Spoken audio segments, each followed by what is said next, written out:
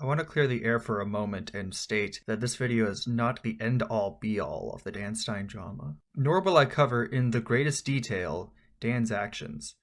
I will give a brief overview, as the more detailed variation will be handled by another content creator in the CC.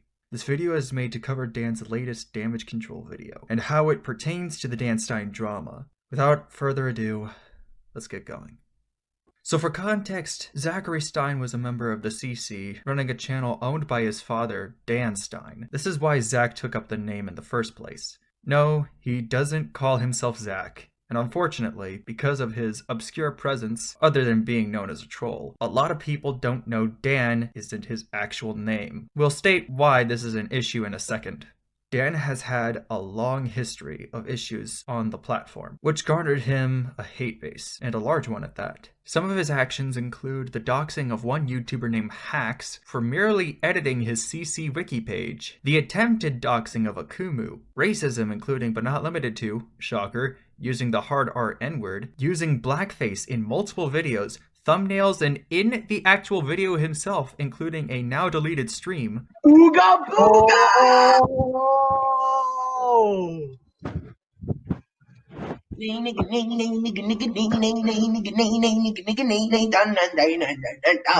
Middle fingers. 2, 1, now.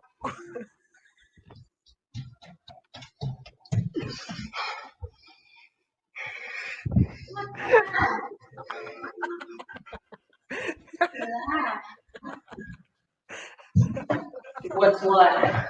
Found face. Blackface. You want that on? I don't know, but I'm like nigger now. And made a video entitled Black People Are the Devil. And at one point said that one black person commits more crimes than an entire US state. He also calls anyone who disagrees with him a left-wing extremist, or SJW, which is something a left-wing extremist would say. I guess now is a good time more than anything to talk about this, since it's almost December anyway, so why not?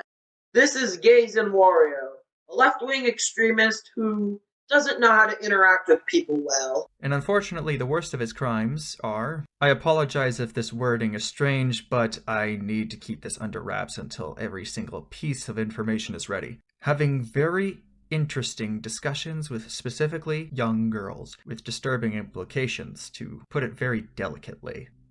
This is a brief rundown of who Dan Stein, or rather Zachary Stein, is as a person. Now, after all of this controversy, of course he'd come under some heat. So around January 16th, Dan released a video for damage control. In it, Dan says a, quote, documentary is coming out on him with fake screenshots, and that they would deepfake his voice to make it seem like he confirmed said screenshots were real. Which, if anyone before watching this knows who Dan Stein is, they would tell the people who don't flat out that this is a load of horse apples.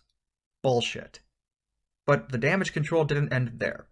On the 19th of the same month, Dan made another video pertaining to the, quote, documentary. To this day, I do not know what documentary he's referring to, and it could be possible that it is a shitpost video of some kind.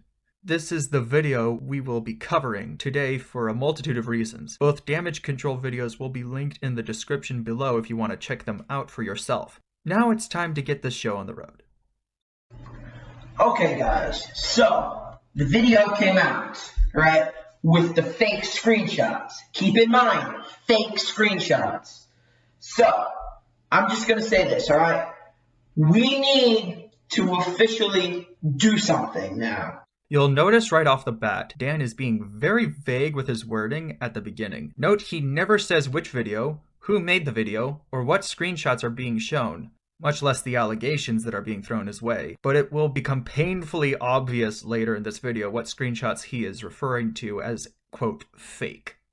Because this video is going to spread, and there's going to be so many people who are going to hate me, try and dox me, try and get me killed, try and do all this shit.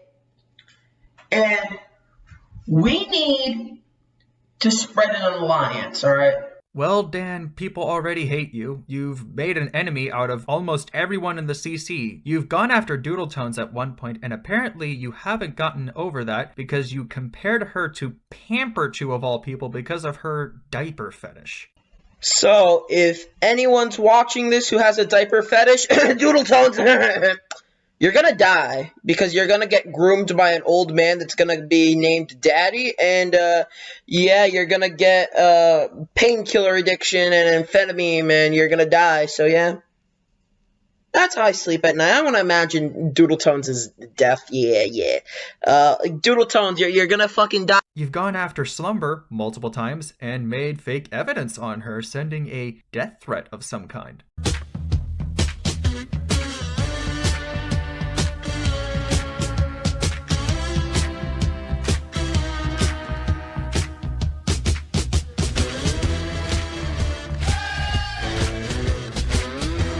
You've made an enemy out of Akumu, which I'm assuming is because he didn't want to join in on your little crusade to destroy the CC. And I'm not even scratching the surface, Dan. It's also funny you mentioned doxing when you yourself have doxed hacks for editing your wiki page. Because I didn't even come in this shit to talk about you. I was You gonna kept talk about editing my wiki, like what? Like, I mean, and I you was going to originally just IP ban you, but then it was Sly who gave me the idea to dox you. And attempting to dox Akumu. And when asked how you obtained information on Akumu, you threw Mr. Vibin under the bus, saying it was Vibin who did it. If you count doxing as doing nothing, yeah, sure. I never doxed Akumu. You wanna? Can I tell you who? You didn't. Can I tell you who was the one who made the dox for Akumu? What are you talking about, dox for Akumu? It was Mr. Vibin. He doxed Akumu. He sent me the pictures of his real name, his address, and everything. Wait, when did Akuma get doxxed? When was that? Akuma, did you actually get doxxed? I mean, I don't even know what he's talking about. Dan actually, if Dan deserves when I talk about him because he did dox me. I don't even know what he's talking about.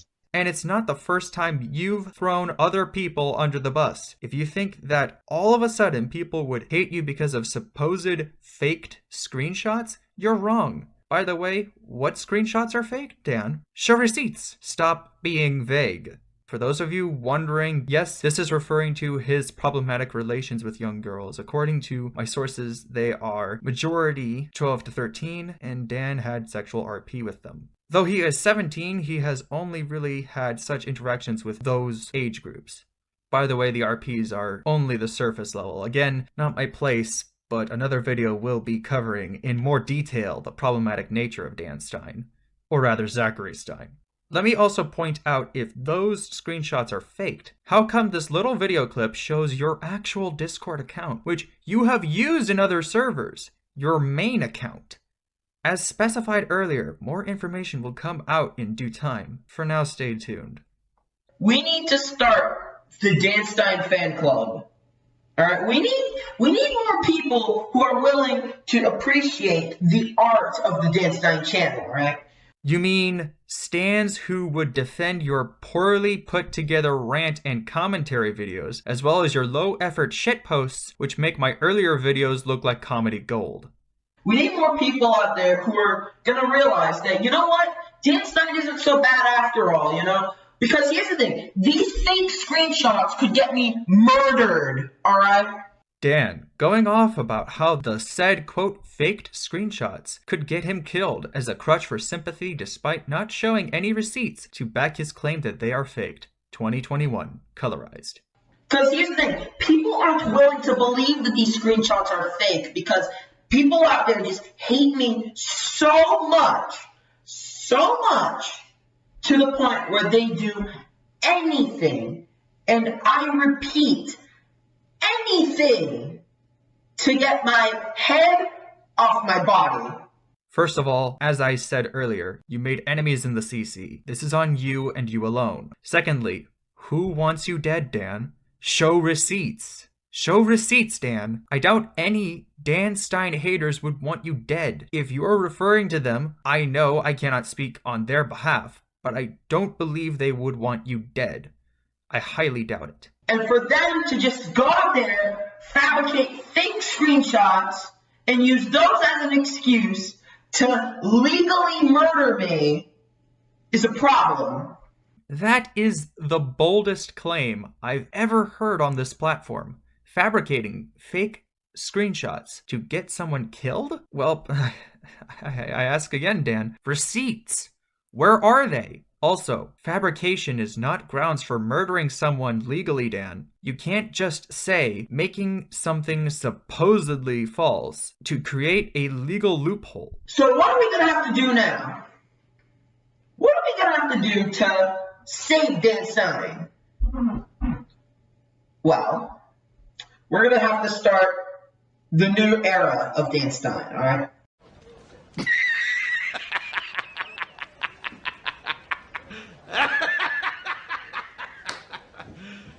You serious? I've been predicting that the Dan Stein Renaissance is going to happen sometime in the future.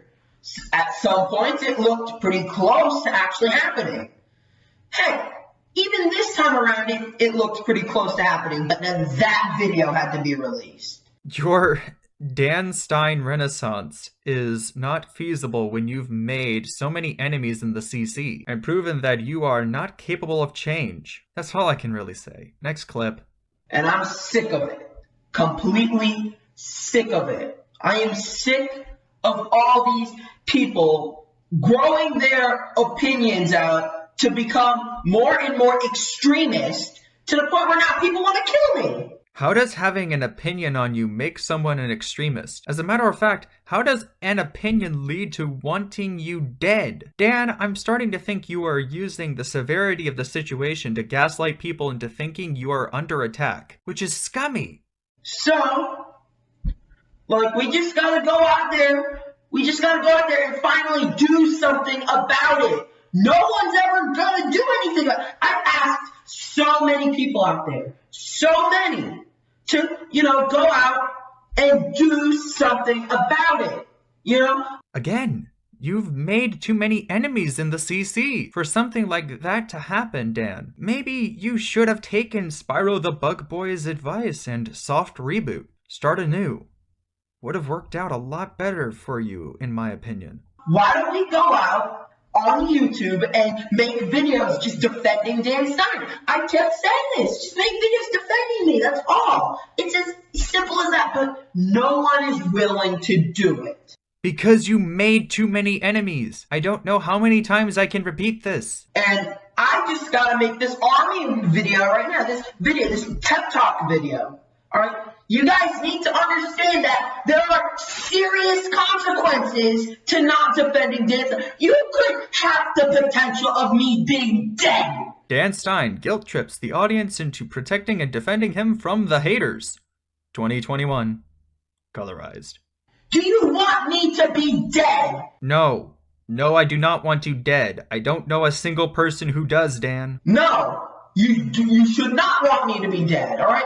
If you're actually out there and you're happy when someone dies, there's something severely fucked up in your head. So, Hitler was not worth killing, right? Because if you wanted Hitler dead, then you'd be fucked up in the head. The same goes for Joseph Stalin, Saddam Hussein, Thanos. So, like, there are these people like Akumu, Mr. Vibin, JoeCoon, all these people want to fucking murder me. They want to murder me. Oh no, buddy. No, you didn't. You didn't just suggest me, Akumu, and Vibin are a part of some plot to get you killed. No, Dan. No, we do not want you dead. Nobody wants you dead, Dan.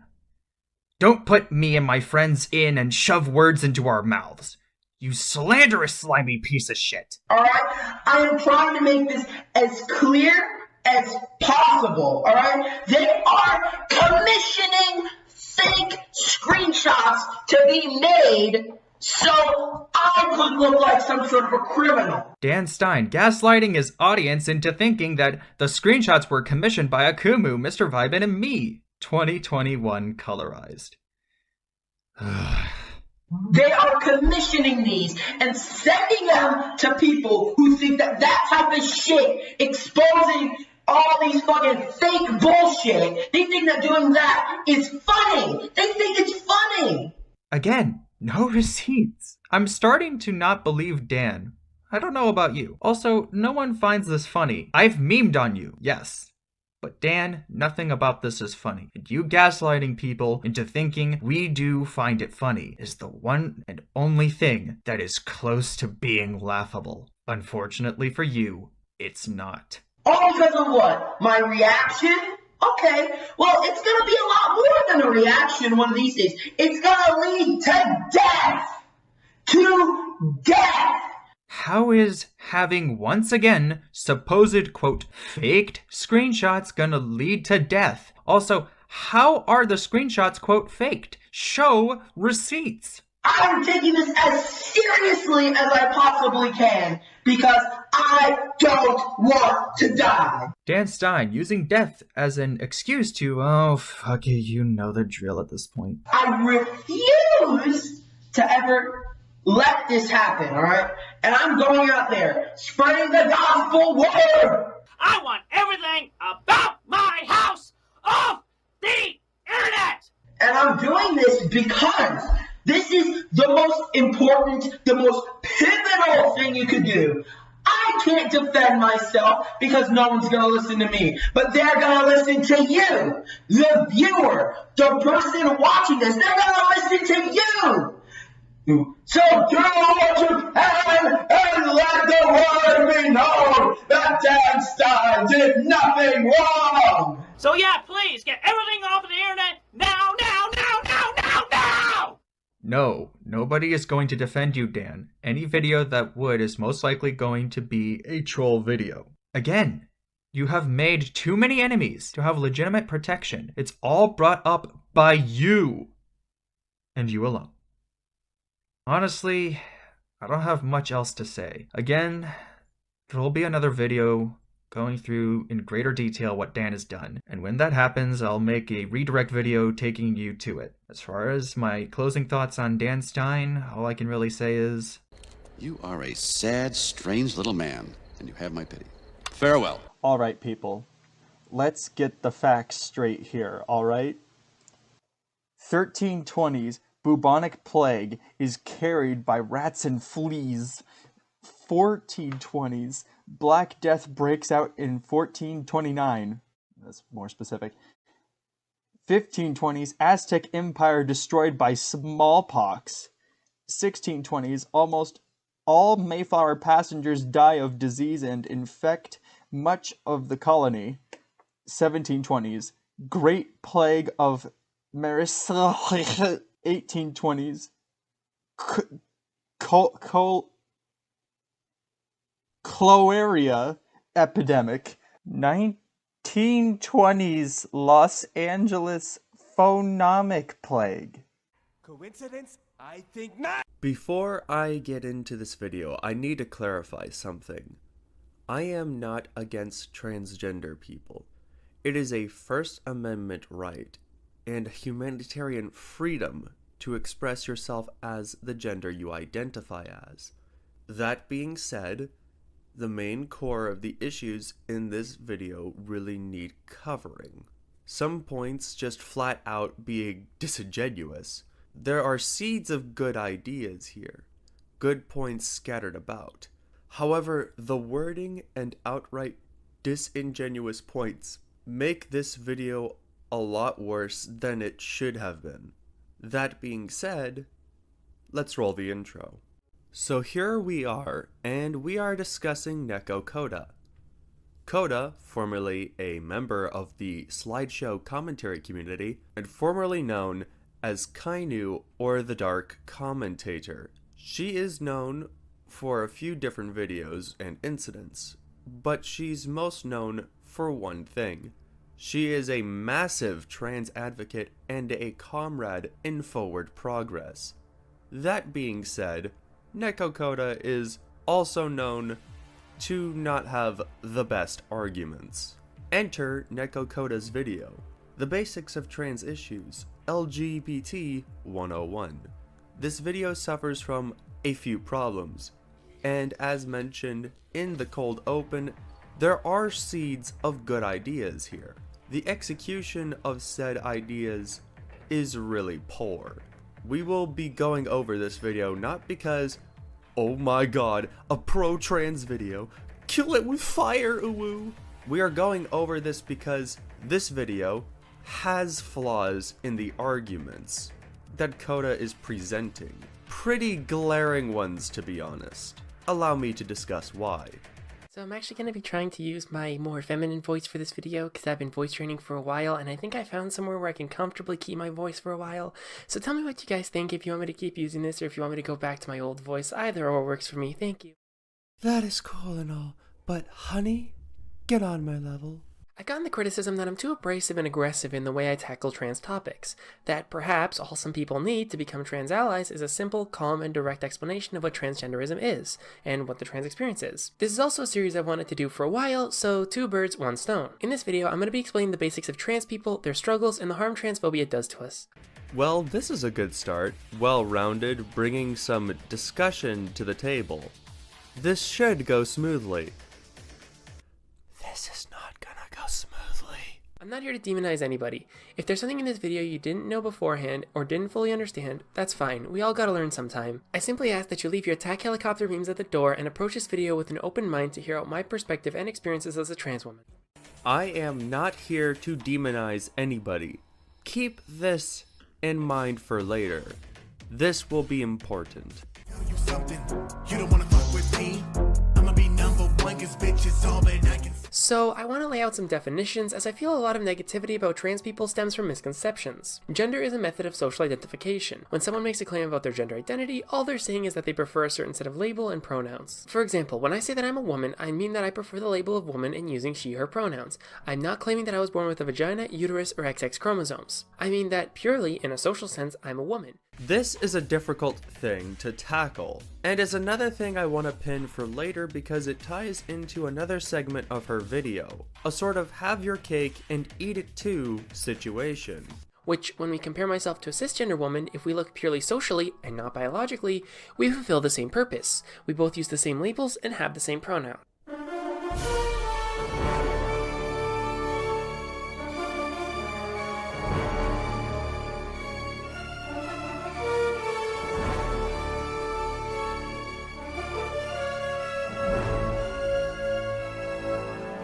Hold up. Wait a minute. Koda, what exactly is the purpose of a woman? I don't know, Koda, that statement leaves a lot of wiggle room for interpretation. Are you talking about being a caregiver? Are we talking about being a bottom in sexual situations? Are we talking about making a sandwich, for God's sakes? What do you mean by you fulfill the same purpose as a woman?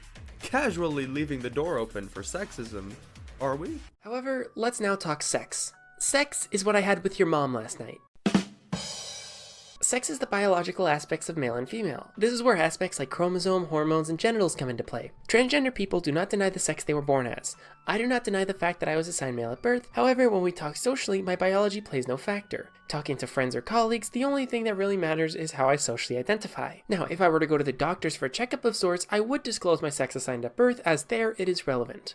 I would say in certain social situations that it would be ideal to disclose your trans identity if they aren't already aware, especially in sexual environments where, you know, knowing your partner's history is a very prevalent thing. This point will also be tied into a later part of this video.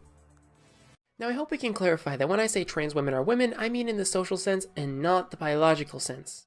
I feel like this will also become very prevalent later and possibly quite ironic. There's a lot more I can go into, like non-binary and xenogenders, however I want this video to cover the absolute basics. Another term I want to clear up is gender dysphoria. A lot of people hold the idea that all trans people must suffer from gender dysphoria or they are not trans. For those who don't know, gender dysphoria is a term that describes the sense of unease that a person may have because of a mismatch between their biological sex and their gender identity. Trans people do not need to have this sense of unease to be transgender. Some trans folk could prefer to identify as another gender while not disliking their gender assigned at birth. Some trans people may have gender euphoria from identifying and presenting as a different gender while not feeling any dysphoria. Some trans people may have dysphoria, but you don't need dysphoria to be trans. Okay, so I was doing research into this a little more, and my findings kinda raise more questions to Koda than anything else. Going with psychology.org and the APA, they do state that you do not need any dysphoria to be transgender. However, in the APA, more specifically, it states, whilst trans people don't need gender dysphoria, some reasons why they do transition is stuff like hormone therapy, counseling, medical procedures, lack of social support, or not being able to express their gender identity, which, you know, are things people with gender dysphoria go through. Then, we also have statements from this PDF from the Blue Cross and Blue Shield of North Carolina, stating that gender dysphoria is a formal diagnosis and psychiatrically classified. It also states that prior review and certification are required. Camera guy, are you following me on this? Okay, here we go. Here is another article by the APA. It states that for both adults and children who are trans, a team of doctors would assess individuals through gender identity development services and gender dysphoria clinics. Now let's go back to psychology.org, wherein an entirely separate article again, which goes over a list of criteria for gender dysphoria, it is stated that the condition can affect social, occupational, or otherwise. The key word being social. What does Koda bring up earlier? Gender is a method of social identification. When someone makes a claim about their gender identity, all they're saying is that they prefer a certain set of label and pronouns. For example, when I say that I'm a woman, I mean that I prefer the label of woman in using she/her pronouns. I'm not claiming that I was born with a vagina, uterus, or XX chromosomes. I mean that purely, in a social sense, I'm a woman. That a lot of the transgender stuff is purely social. And for the double whammy, the creme de la creme, if you will, we have Stat News stating, and I quote, "The diagnosis of gender dysphoria has become a requirement for receiving medically necessary gender-affirming care and is required for an insurer to pay for medically necessary care." Which means, given the provided evidence, doctors are finding out if those who are seeking transitional medical care have dysphoria, which we can deduce from this that those seeking medical care and are getting medical care have gender dysphoria. Now, if you are still boggled by the idea of how a lot of these articles say different things about each other, don't worry. I too have a massive migraine cluster headache and want to blow my head off. This can also be a sign we need to do more research to have a clearer picture of gender dysphoria and transgenderism. That being said, I don't think it is accurate to say that you don't need gender dysphoria to be trans, when that is contradicted by .org websites backed by science and confirming news sources that say otherwise. This also isn't going into the gender euphoria aspect, which here is some common sense that is required. If someone is identifying as a gender they are not assigned as at birth, then experience pleasure and happiness from being that gender that they identify as, it is safe to say that individual is also someone with gender dysphoria. That is due to a very clear preference for an identified gender they would rather be, that they do not experience with their sex assigned at birth. I mean, really think about it for a moment. If you try something out and you like that thing, going back to your average day-to-day life without it would probably make you feel a little discontent. There is even more I could bring up to the table. However, it would require a whole video on its own to go over. Let's continue from here. Now, I am aware that misgendering trans folk has become a meme or joke of sorts. 20-year-old grown-ass man Malden. Grimsy, did you just use the wrong fucking pronouns? What are you gonna do, shit your fucking diaper, dude? Jesus Christ. But I wish to make the case that misgendering perpetuates a negative stigma that can cause trans folk to be mistreated, abused, and murdered. I know these are heavy topics, and these claims seem outlandish, but I simply ask that you hear me out, as I'll have sources for everything I'm telling. Wait. Hold on a minute. Misgendering a trans person can lead to them being abused, mistreated, or murdered? I'm completely not following this correlation and don't see why you couldn't just go over the dysphoria that trans people can get from misgendering or how it can affect the mental states of trans people, but now I'm intrigued. Transgender people are over 4 times more likely than cisgender people to be victims of violent crimes. Transgender and gender non-binary teens face a greater risk of sexual assault in schools that prevent them from using bathrooms or locker rooms consistent with their gender identity. There is no evidence that letting trans people use public facilities that align with their gender identity increases safety risks. Okay, so here is another section that has evidence that kind of breaks the foundations of this point. Let's first go over that there is no evidence that letting trans people use the bathrooms of their identified sex can lead to violence. And well, it's a little heartbreaking when going over it. Now, and this is going a bit off script, when I say this, I am not generalizing the entire community, but rather this is meant to give sort of a light on a much broader spectrum of the situation. Here is a full article that reported a case where a trans girl in a school setting has actually raped a cis girl. The 9th grade student had been sexually abused by, in her words, a boy in a skirt, who is a trans person who identified as gender fluid. The article also states that the case happened in May of 2021. However, it was reportedly not disclosed at the time, as an important law conveniently for trans students being able to go into their identified gender's bathroom was about to be passed. The school board also reportedly denied the act ever happening. A superintendent, Scott Zinger, said, "I think it's important to keep our perspective on this. We've heard it several times tonight from our public speakers, but the predator transgender student or person simply does not exist." I shouldn't have to state that this is incredibly dangerous to say. It's a statement that is so devoid of understanding of human nature that it's disgusting. The fact of the matter is, anyone can hurt people and anyone can be hurt. There are no exceptions because of gender identity. Anyone can hurt people. Anyone. The trans girl who committed the act would be placed on house arrest before transferring to another school. Now, we also have statistics from a document PDF from 2020 that goes over trans offending rates, which isn't so black and white either. It shows shades of gray. It goes off of already incarcerated individuals who have gone through transitioning. This number could be more or less with those who haven't fully transitioned, but bear with me. Of the comparison as calculated by March/April of 2019, the statistics state that 13,234 sex offenders out of 78,781 men in prison, around 16.8%. 125 sex offenders out of 3,812 women in prisons, around 3.3%. And 76 sex offenders out of 129 trans women, around 58.9%.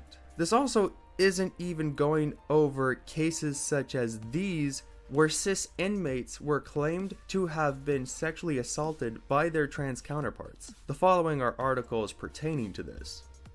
Now, I feel like I need to make some clarifications. No, This should not stop trans people from using the bathrooms or be placed in the facilities of their identified gender. The public should also not be afraid of trans people because of these statistics or articles. No one should use these as justifications of violence towards trans people either. However, it is important to acknowledge public bathrooms are very nasty and dangerous places already. You don't need some trans sex offender to prove that. Any cis one would be proof enough. That being said, to say there is no evidence, especially in a public restroom, well, that's a flat out lie and is completely disingenuous. Anyone can hurt people, but that shouldn't prevent progress either. What is the trans panic defense? It is effectively legal to murder trans and other queer individuals in this country by invoking gay and trans panic defenses. These defenses are arguments used by defendants that insist that violent behavior was a natural response to discovering by surprise that the victim was a part of the LGBTQ community. Gay panic refers to a situation in which a heterosexual individual charged with a violent crime against a homosexual individual where they lost control and reacted violently because of an unwanted sexual advance that was made upon them. And no, this doesn't end at rape or groping. If a gay person hits on you, you're allowed to legally murder them. No. No, that is absolutely untrue. Just by the nature of the trans/gay panic defense alone, you shot yourself in the foot. Here is the core issue. The trans/gay panic defense is merely a defense. This is something a lawyer would use to defend someone from prosecution. Key word is defend someone from prosecution, meaning that the person would be prosecuted and can/would still be charged with murder. At most, it would lighten someone's sentence. A big leap over the you can get away with it mentality. Koda also strips the fact that of these cases, a lot of these individual cases are when, you know, mommy and daddy are in a loving relationship, and then mommy whips out her big fat femoid cock and gets controlled Z'd out of existence. Not to mention, here is a real kicker to this claim. The gay/trans panic defense isn't legal in every state. The following states are where it is illegal to use the gay panic defense: California, Colorado, Connecticut, District of Columbia, Hawaii, Illinois, Maine, Maryland, Nevada, New Jersey, New York, Oregon, Rhode Island, Vermont, Virginia, and Washington. And before you say, well, that's only 16 or so states where gay panic is illegal, that doesn't mean in all of the states you can't get away with murdering a trans person. Au contraire, my friend. Let's make a nice quick montage of, you guessed it, more articles. Articles of people getting arrested in states that don't legalize the gay panic defense.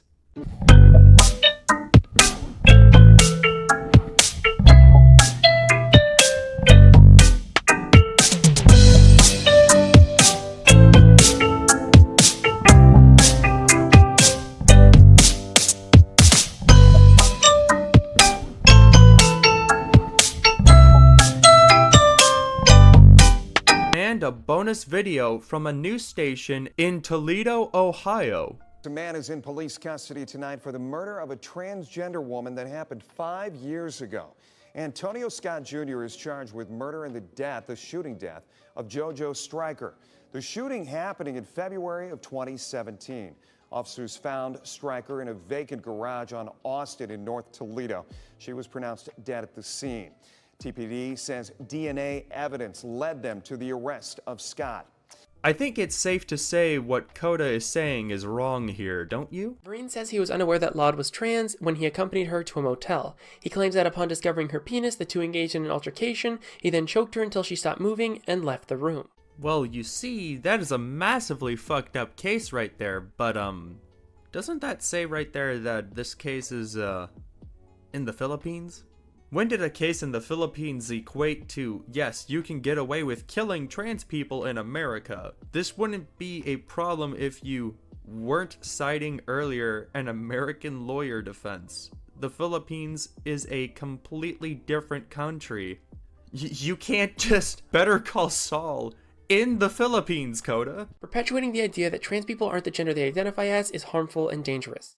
Oh yeah, I bet you forgot at this point too. All of these sources about horrible things happening to transgender people.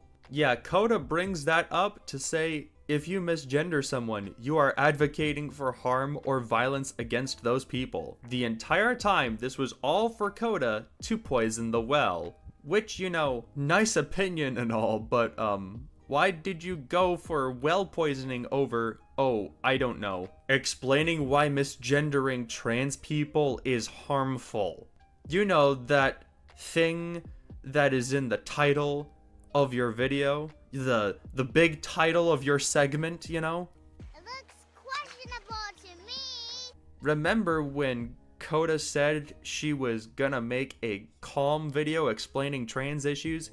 Yeah, this isn't exactly a calm explanation. If anything, it's actually very extreme. We shoot from 0 to 60 in seconds. Slow your horses, cowgirl. It's what forces trans people to go into bathrooms that do not match their gender identity, which can cause them to be harassed and assaulted. I think we've already gone over the fact the public bathrooms are sketchy places regardless of who's going in, but, you know, go off. It's what justifies laws like the trans panic defense. They see trans women as creepy men, so revealing that you are trans to someone you are flirting with can open you up to being legally murdered.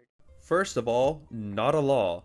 A lawyer's defense. It's a tactic used to lighten sentences and has no guarantee of absolving anything, much less any charges. Second of all, not legally murder. No one can legally be murdered unless in self-defense, and even then that doesn't apply to every state, and that wouldn't work in this case either. These people are attackers, not defenders. Koda, stop poisoning the well.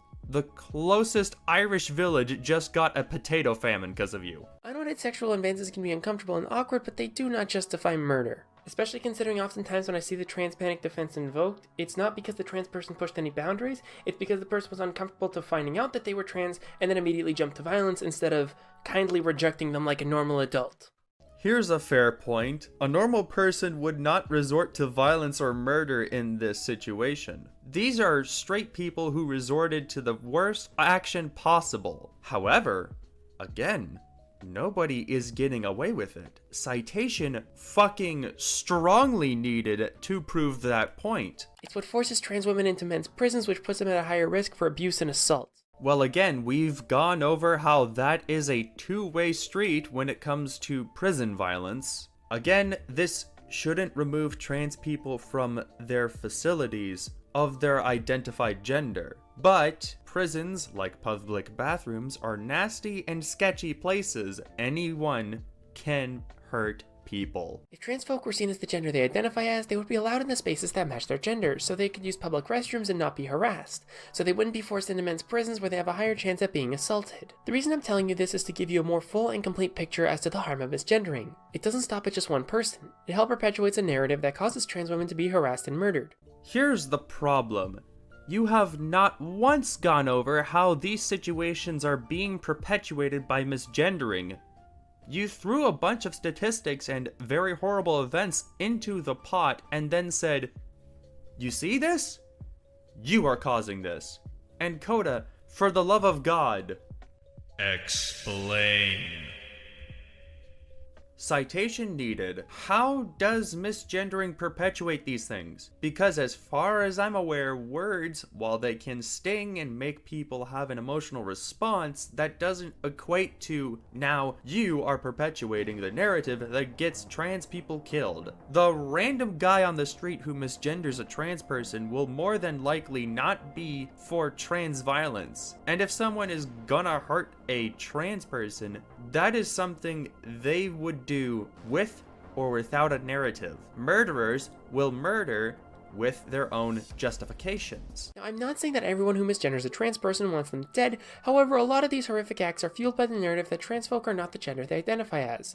A narrative that gets pushed when you misgender trans folk. But Koda, didn't you say earlier that purely socially, trans women are women? It appears that Neko Koda has created for herself a contradiction. as she now talks about the narrative being pushed that trans people are not the gender they identify as, Koda is now presented in a situation where she can't have her cake and eat it too. If it's purely socially, then the narrative she claims would be true. However, by the same token, if the narrative is false, then transgender people don't just use the pronouns and terms for social use. She put herself in her own logical headlock. That being said, let me give some advice on how to avoid such a situation. Don't let societal norms keep you from being you. The reason why a lot of this is talked about is because society has put the two sexes into respective roles. If you, however, remove those norms and pick the roles and norms that fit you, then we don't need to have the argument of social or biological, because now you are just free to be you, without society's roles and norms controlling you. You can now express yourself and show the mark of who you are. Justification for a lot of these acts would be gone if we treated trans folk as the gender they identified as. It isn't just name-calling, it isn't just a playful insult, it perpetuates a stigma that costs trans folk their dignity, health, and welfare. Even if you're doing it to piss somebody off, it still perpetuates that stigma. I know it can feel like I'm blaming you directly for these acts with the points I'm making, but trust me, I'm not. I don't think misgendering someone means that you think they should be murdered. However, it is still important to know the full implications with the words that you are using. If you did not know before, I can only hope you take my perspective into consideration the next time you want to misgender someone in any context. Again, none of these situations directly prove misgendering a trans person leads to violence. The stigma or narrative wouldn't make a killer. A killer will kill for themselves, not others. They will kill, narrative or not. Time for the class, no rivalry. Neko, he don't wanna fight with me. Good guy, but I move violently. Some people are currently under the impression that transgender folk have full legal rights. However, anti-transgender legislation has actually been on the rise. A few examples of those bills are at least 35 bills that would prohibit transgender youth from being able to access best practice age-appropriate gender-affirming medical care, at least 69 bills that would prohibit transgender youth, and in some cases college students, from participating in sports consistent with their gender identity, at least 43 bills that would allow people to assert religious belief as justification for failing to abide by the laws or provide services to people with whom they disapprove, and at least 15 bills that would prohibit transgender people from having access to the restrooms or locker rooms consistent with their gender identity. So this is going to be a fucking mouthful already, but we are going to dive into the legislation. Now, the bills pertaining to religious beliefs playing a factor in how trans people are treated and receive services, that's a big problem, I do agree. The same can be said for the 15 bills that go over trans people using the restrooms of their identified gender. The laws against trans kids getting the medical treatment they need, that is a mixed bag. Trans kids shouldn't not be able to express themselves. It is, as I said before, a humanitarian freedom. Therapy and counseling shouldn't be denied either, as well as eventual access to HRT and surgery. However, the key word is eventual. I don't see a kid being able to fully comprehend exactly the situation they are going into 100%. There is a lot about transitional surgery to process, and whilst the surgeries are reversible, they are not 100% reversible. We don't yet have the technology to 100% give trans people fully functional genitalia of their cis counterparts, and the alterations are very drastic. So to say that a kid or teen who can't even fully process consent yet can just decide outright to go through with the surgery and understand the repercussions, I don't buy that. I buy that kids are aware of their identity and should be free to express themselves and can be checked and receive care for their gender dysphoria, but the surgery and HRT, that's something I advocate for post coming of age. Let's also dive into the transgender sports bills. This is something that also ties into Koda saying that it's only in the social sense. Let's also dive into the transgender sports bills. This is something that also ties into Koda saying that it's only in the social sense. If that is the case, well, major problem. Trans people in sports is a heavily biological topic. Let's go over the case of Lia Thomas. You see, Koda is mad at this guy named Ween, in this specific situation at least, because Ween acknowledges the biological aspects of Lia Thomas, that she was assigned male at birth. And a little known fact, HRT can weaken male muscle structure, but not enough to make her completely comparable to a woman in physicality. So the result is essentially Lia gets a lot of gold medals in a very one-sided way.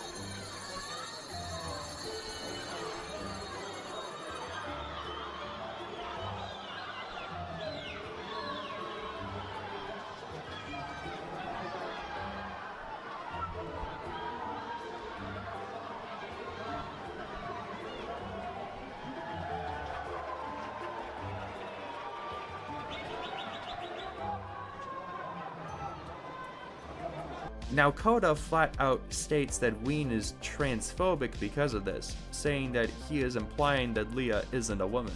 The argument presented is that Lia has an unfair advantage due to our rather underdeveloped methods of transitioning, which is acknowledging the biological aspects of a trans person, something Koda stated earlier that trans people do acknowledge. So now we are again met with the having your cake and eating it too situation.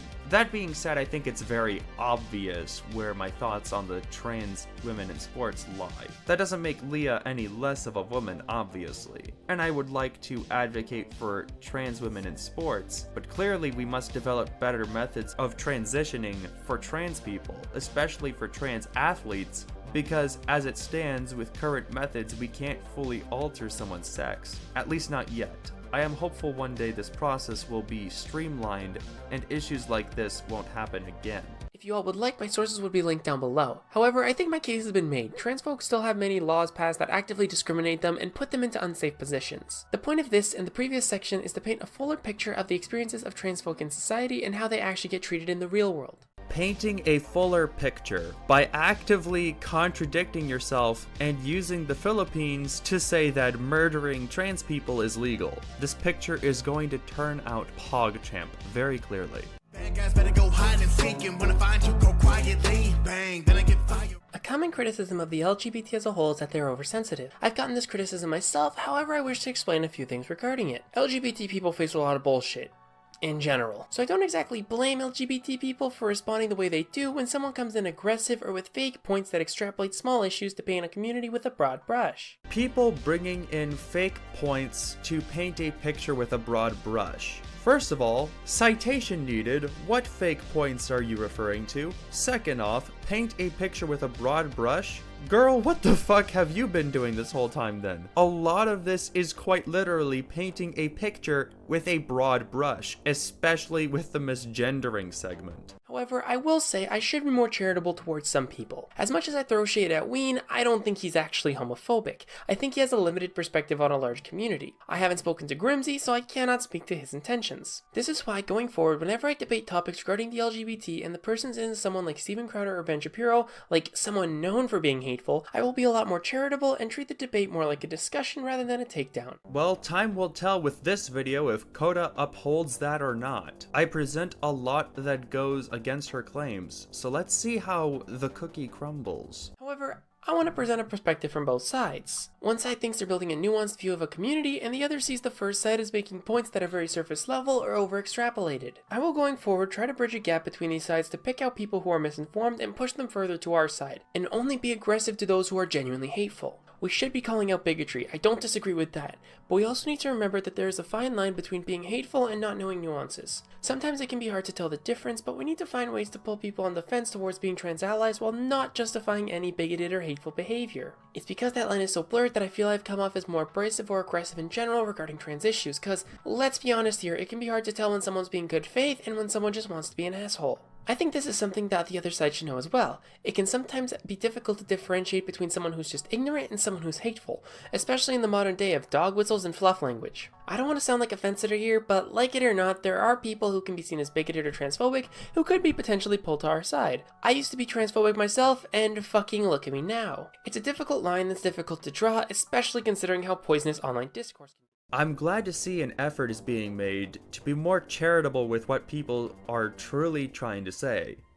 I wish that generosity still applied to Ween, though. Because you do still paint what he says as transphobic rather than the nuance you yourself are striving for. But at the end of the day, that's all she wrote for this video.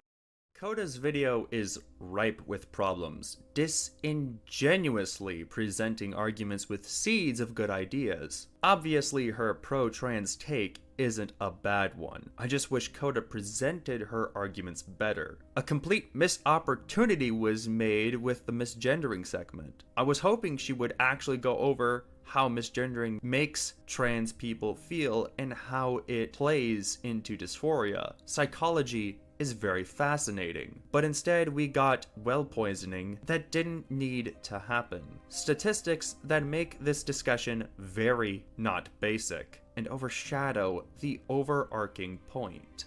That being said, I want to tell you guys something, especially those of you who are trans who watch my content. I hope you do reach this point in this video because this is important for you to hear. Regardless of Koda's or my video, regardless of whether you agree or disagree, regardless even of what I have said before, the takeaway of this video is not for people to be against you.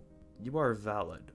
What took place here is just a debate between scrubs on the internet. That doesn't change the fact you deserve respect and the freedom to express yourself. The freedom for you yourself to speak your mind, to be you. Because at the end of the day, it's just my video and it's just Koda's video. None of this will ever change. the mark of who you are. Oh boy, a brand new response comm. Can't wait to talk about this shit show. So, for context, allow me to introduce to you the commentator ActuallyDemi, a furry who appears to be the love child of the Energizer Bunny and Gugamon.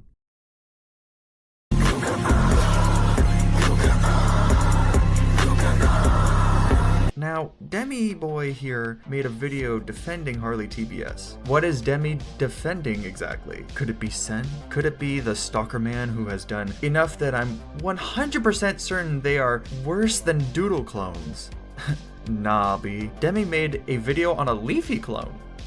And the Leafy clone didn't even get involved in any drama. Enter Grimsy, a simple man making videos trying to bring back the old days of YouTube. Or as he puts it in his own words, making YouTube edgy again. Make of that what you will. He made a simple Leafy style critique video with a meme or two, edgy jokes here and there. All in all, it's a Leafy video. Demi criticizes it and obtains a HarleyTBS stamp of approval, which means it has to be good, right? Right? Right. It's honestly not a good response. As a matter of fact, I'm pretty certain I could do a better job. On top of that, there isn't anything here to defend. Grimsy simply speaks his mind and moves along, covering the video where Harley talks about Ollie London being transracial. I'll link all the videos in this chain in the description below for full context. No more shilling context here, ladies and gentlemen. Let's get right down to the video. Racism, let's do that shit, huh? Come on, if you're racist and you know it, clap your hands. What the f? Alright, let's do this. No. Yes. I'm a freaking blur here. Alright, call me petty, but after watching this video, I decided to check out his other videos. And they all start like this, and I have a big problem with it. But Demi, you like memes, right? We all like memes here. Yeah, I like memes when they make some fucking sense. And throughout his videos, especially his newer ones, he'll just play memes in the middle of them talking. It's like watching Invincible and the title card pops up. Like imagine if in the middle of me talking I just played a random meme. Are you looking at this? Real annoying, right? But at least with that meme it actually made some fucking sense, didn't it? It didn't make much sense, but at least it made some. But I'm getting ahead of myself, it's only been 2 seconds. Subjectivity aside, this point here is very ironic, as you continue in your own video to use memes, and that is regardless of whether they make sense or not. Now, as someone who also uses memes, mostly for skip cards or reactions, I wouldn't mind this criticism as much if it wasn't for the irony in it. While you wouldn't be wrong, the memes from Grimsy's video can get a little annoying at times, your video here actually does the same bit of annoyance. And I'll be showing the memes just so you can get the full feel for it. I just had a nice chat with a longtime viewer. And he said, be yourself. This new content's fucking dog shit. Be yourself. I want the old Grimsy back. Well, if he means the old Grimsy, all he's getting is Literally. Get it, guys? Because he called him a Leafy clone. 'Cause he's a Leafy clone. Now laugh.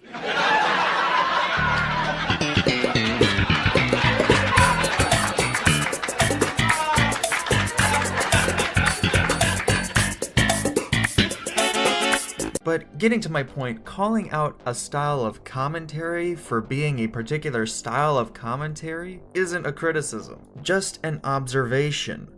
Granted, not everyone likes the Leafy-esque style, but not everyone likes the slideshow style either, and that's the style me and you fall under, Demi. This point is null and void. So I was just going on the internet, checking around, looking for whatever I can find, and this video came up by HarleyTBS. And in case, which you probably don't know who the fuck this guy is because he's a genuine loser.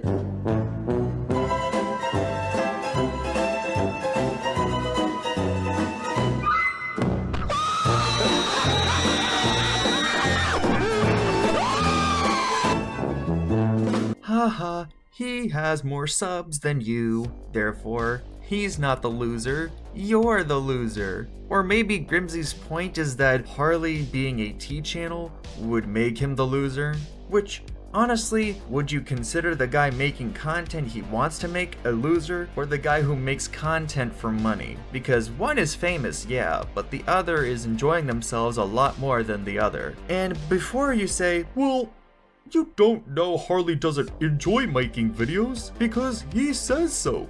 It's possible, yeah, but I have reason to doubt it because, simply put, T-channels don't really make the content they like. They make the content they need to make to stay relevant for the views, for the moolah. For them, it's a business, and that is facts regardless of which T-channel we are talking about. Demi Boy here actually acknowledges this in the next point, so I don't know how he missed what Grimsy is saying. He's a T/fucking drama channel. Yuck. Cringe. Gross. If you're calling yourself a T channel, or if somebody's referring to you as a T channel, you probably know you fucked up. What? T channels are gross. Alright, not to say that T channels are all bad. However, they do milk topics. A lot. Maybe too much. But aside from milking topics, I feel like T channels, mostly Harley, need, and I say need with giant fucking quotation marks, they need to milk topics to make their daily uploads. And they try to give you the most information as possible. Yes, that is a fact about T-channels, but you know what's also a fact about T-channels? That they don't make the content they want to make because it doesn't rake in views. They stick to milking topics because they build this audience up that only come to them for the topics they milk, not for them. It's all about the algorithm, and while yes, they build up a base, that base wouldn't be there if they weren't a T-channel covering current topics, bandwagons, etc. However, I can't understand where he's coming from, because every time I see some idiot on Minecraft talking about the same topic every day, every fucking day, it can get pretty annoying. Throughout this entire video, he doesn't focus on any actual real points, and he doesn't even talk about the video Harley was making. This video is basically, guys, I'm totally like Leafy, right? I can string together insults pretty nicely, right? Oh, guys, look at this fucking oh, wait. I've made a severe and continuous lapse in my judgment. To me, it just comes off as pathetic and petty. If you don't have anything real to talk about, then don't make the video. Grimsy's video isn't entirely a focus on a particular video. His focus is on Harley and his content because maybe the answer is a little more simpler than you think. Not every commentator talks about the same things the same way. And it's not about that at the end of the day. It's about freedom of expression and sharing opinions openly, which Grimsy does. Doesn't take a military tactician to figure that out. This video is intended to bring light to a topic. No, it's not, you fucking pussy. It's intended to get you views. Just stop beating around the bush, dude. Just be honest. You genuinely do not give a fuck about this dude or whatever he's doing. The only reason you give a shit is because he happens to have a following. That's why you care. Fucking, like, I hate it when people are like, oh, pretending to be some sort of fucking moral figure. You know the fuck you're not. You're a T channel, which is code word for faggot. I'm not saying that because I think you're gay. I think you're fake as fuck. I think you don't give a shit about trans rights. You don't give a shit about any of that shit. You just want to say you do. You're wearing rainbow and, like, obviously trying to, like, promote it. I went into your Discord server and saw all your shit, your pronouns and all this other shit. Like, you give a fuck. Like, dude, come on. Let's be real for a minute. Like, do you really give a shit? Like, I want to know. And if I trusted you enough to tell the truth, I wouldn't have to say this, but he doesn't give a fuck. Wait, where did this come from? And who are you to say that he doesn't care about the trans community? If you quote-unquote saw his pronouns, you would know he's trans himself. I mean, what do you expect him to do? Go out and give a pep rally for trans rights just to prove he gives a shit about trans people? He's a YouTuber, for God's sake. He doesn't have to prove he gives a shit about the community he's in.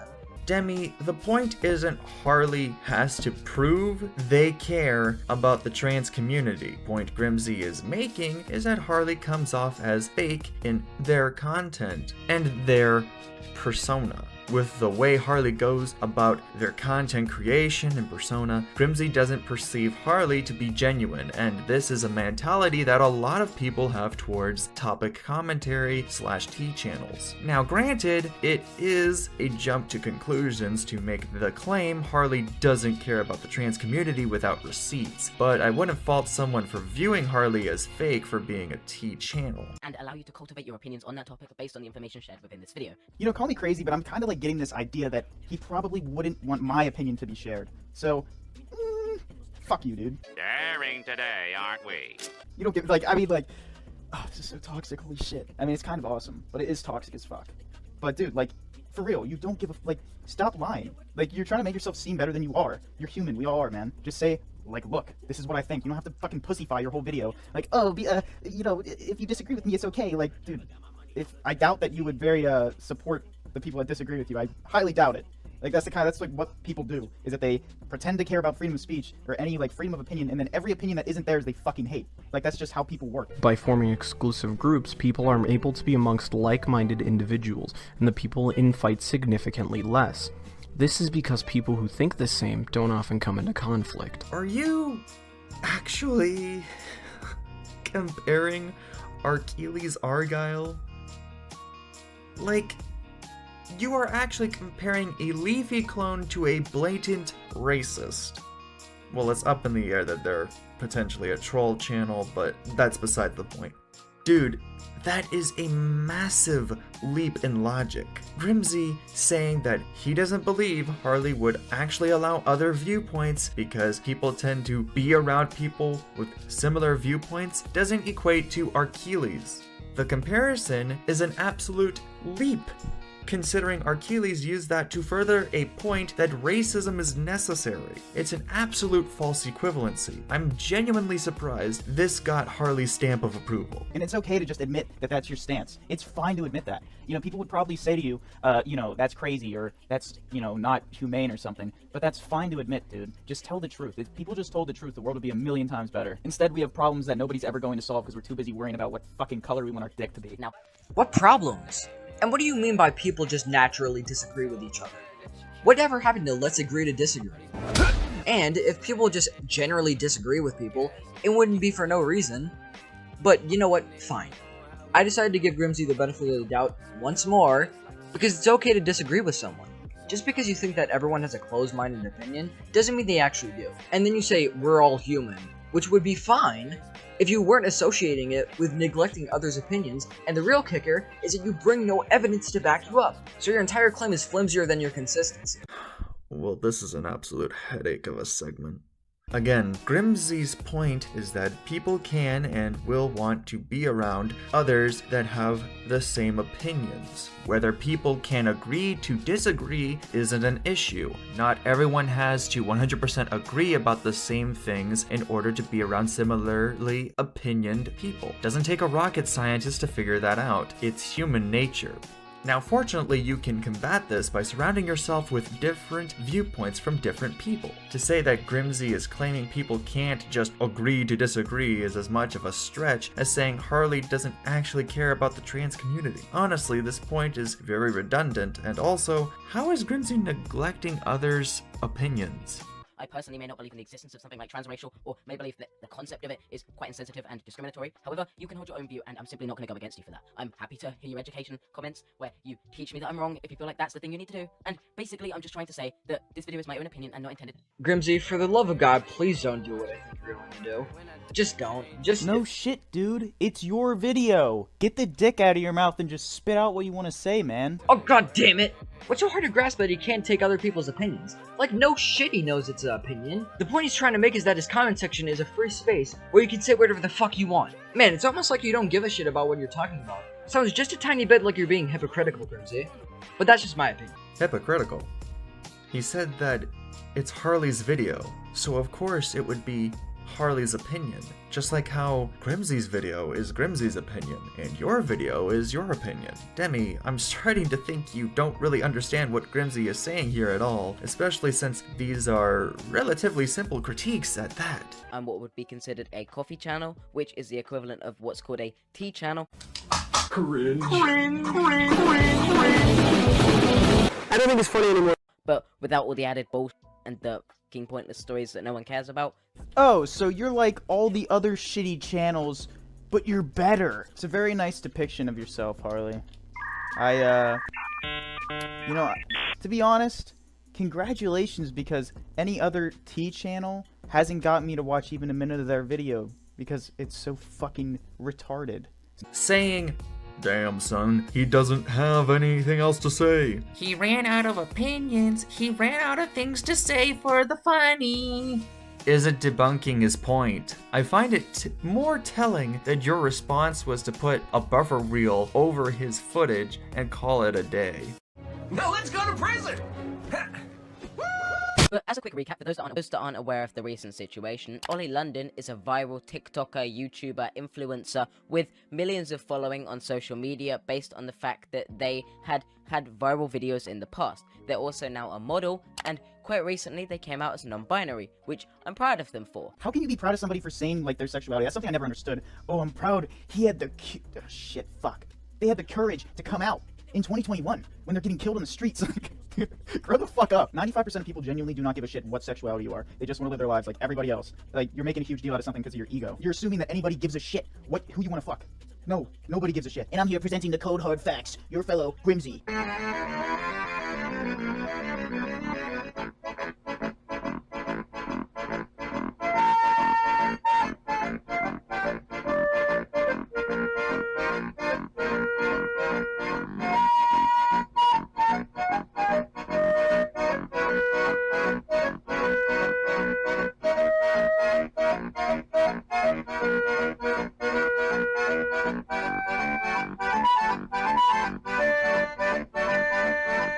That is actually genuinely disgusting. You literally use this fucking short film and the suicide hotline to push some half-assed agenda? You don't even debunk Grimsy here at all. You just throw in funny haha music over clips from the film and shove a suicide awareness PSA down our throats. Then go on to say, "This is what it's about. This is what it's truly about, Alfred. This is what it means to be LGBT." Fuck off, preacher. Your whole entire interjection comes completely out of the left field. How about this? Instead of being so morally preachy with your points and taking shit way out of proportion, how about you do your job as a commentator and hold some integrity? This got Harley's stamp of approval somehow. This overly preachy video, Jesus. Demi, if you are watching this, grow the fuck up. Yes, people get bullied and beaten for being LGBT. It may not be as consistent as it was back in the day, but it still happens. But to use this as a time to preach about LGBT suicide rates is disgusting. Like, how does it feel riding your own dick, dude? However, that's not the issue that I'm holding here with this video. If you don't know, I'm very supportive of everyone in the trans community and the non-binary community. However, this is a different issue, as Ollie London recently came out for being transracial. Now, they tried to change their physical appearance to look more like their favorite K-pop star, Jimin, and this brings on a boundless amount of problems with this situation, as this situation is not only nothing like being transgender, but also this— I would say that this Ollie dude is probably really mentally ill and should probably seek some help.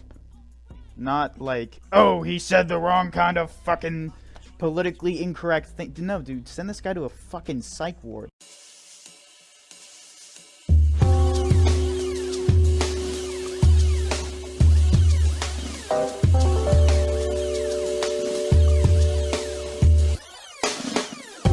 However, this is a different issue, as Ollie London recently came out for being transracial. Now, they tried to change their physical appearance to look more like their favorite K-pop star, Jimin, and this brings on a boundless amount of problems with this situation, as this situation is not only nothing like being transgender, but also this— I would say that this Ollie dude is probably really mentally ill and should probably seek some help.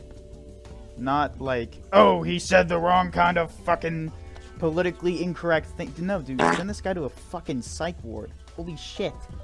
His face is the size of a goddamn fucking watermelon, and you're worried about what he has to say. Dude literally looks like a clown, and you're like, oh, you know, I gotta justify what he's saying, how it's wrong and whatnot. It's like, dude, what?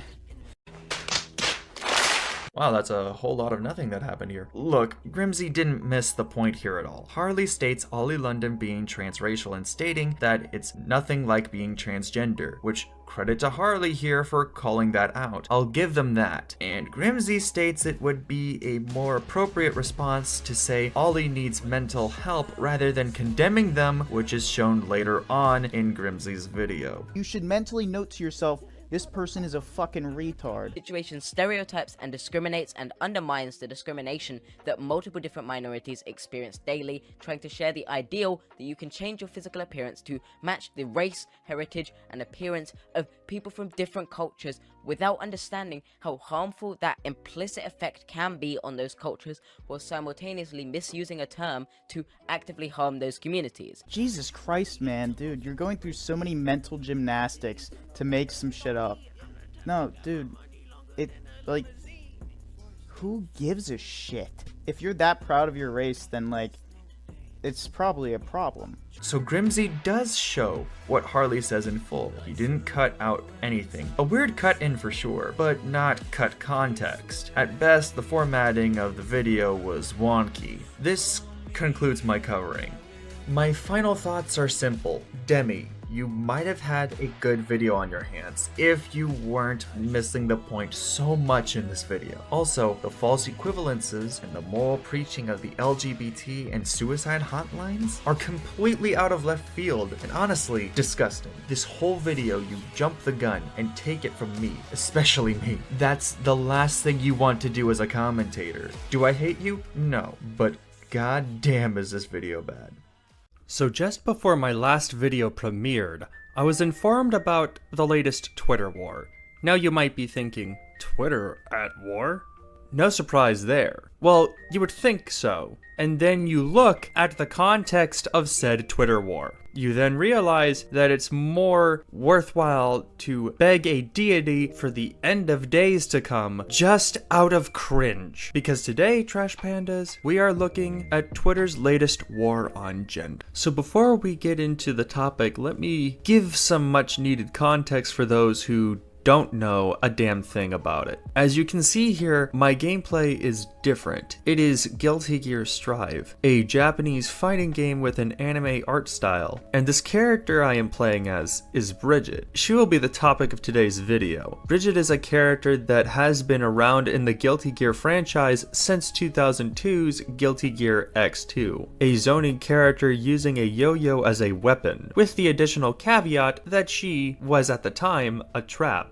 That's right, ladies and gentlemen, Bridget here is not only packing a yo-yo, but also a sword. Now the key word here from my earlier statement is that she was a trap. She was a femboy. You see, in the latest installment of the Guilty Gear franchise, Guilty Gear Strive, Bridget came out as trans, and like the opening of The Rapture, Twitter had a lot of things to say about it. Over the past few days, everyone and their mother has been at each other's throats regarding the gender identity of a fictional character, because McDonald's no longer hires out of the job 20-year-olds who live in their mother's basement. Yes, Trash Pandas, today we will be looking into the latest episode of Twitter's war on gender, why it happened, and what the truth of the matter really is, because apparently the gender identity of a fighting game character is so controversial it needs to be talked about.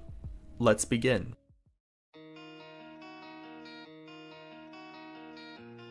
Let's go over the early lore of the character of Bridget before we dive into the Twitter war on gender. This will be necessary to understand the situation from both perspectives. Let's take it from the top. As described by the Guilty Gear Wiki, hailing from England, Bridget was born to a wealthy aristocrat soon after her twin brother. In a town convinced that male twins brought misfortune, the townspeople were so embedded in this superstition that they insisted the younger of any set of twin males be put to death or given up for adoption. Bridget's parents were unwilling to lose one of their children, and so they choose to raise Bridget as a daughter instead of a son, hiding her sex from the public eye. She would be raised by her rich parents, and after contemplating leaving behind her life and everyone she knows, she eventually becomes a bounty hunter of all things, earning money for her village and proving herself to her family as well. Said bounty hunter gig would lead her into the events of Guilty Gear X2, which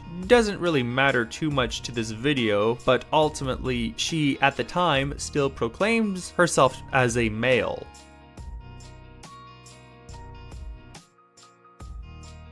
Her most major character development comes from the latest game in the series, wherein after she had already become a famous bounty hunter, she goes on a journey of self-discovery. Well, as conveyed as well as it could be in the arcade mode of Guilty Gear Strive. I will now play out the entire storyline that Bridget has in Guilty Gear Strive.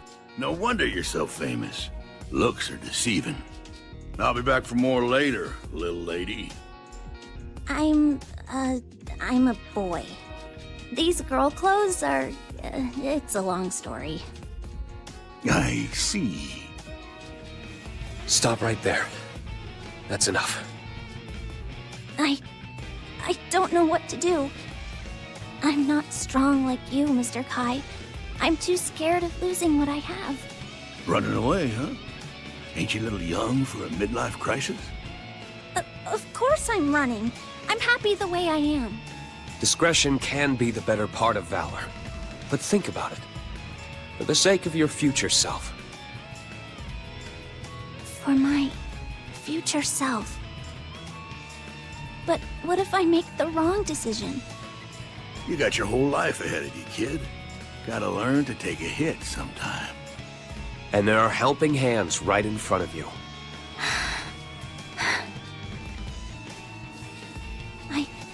I don't want to run scared anymore. If I keep on faking it like this, I know I'll regret it. So from now on, no matter what, no more lying to myself. Thank you. Both of you. Don't mention it. Happy trails, cowgirl, or, cowboy.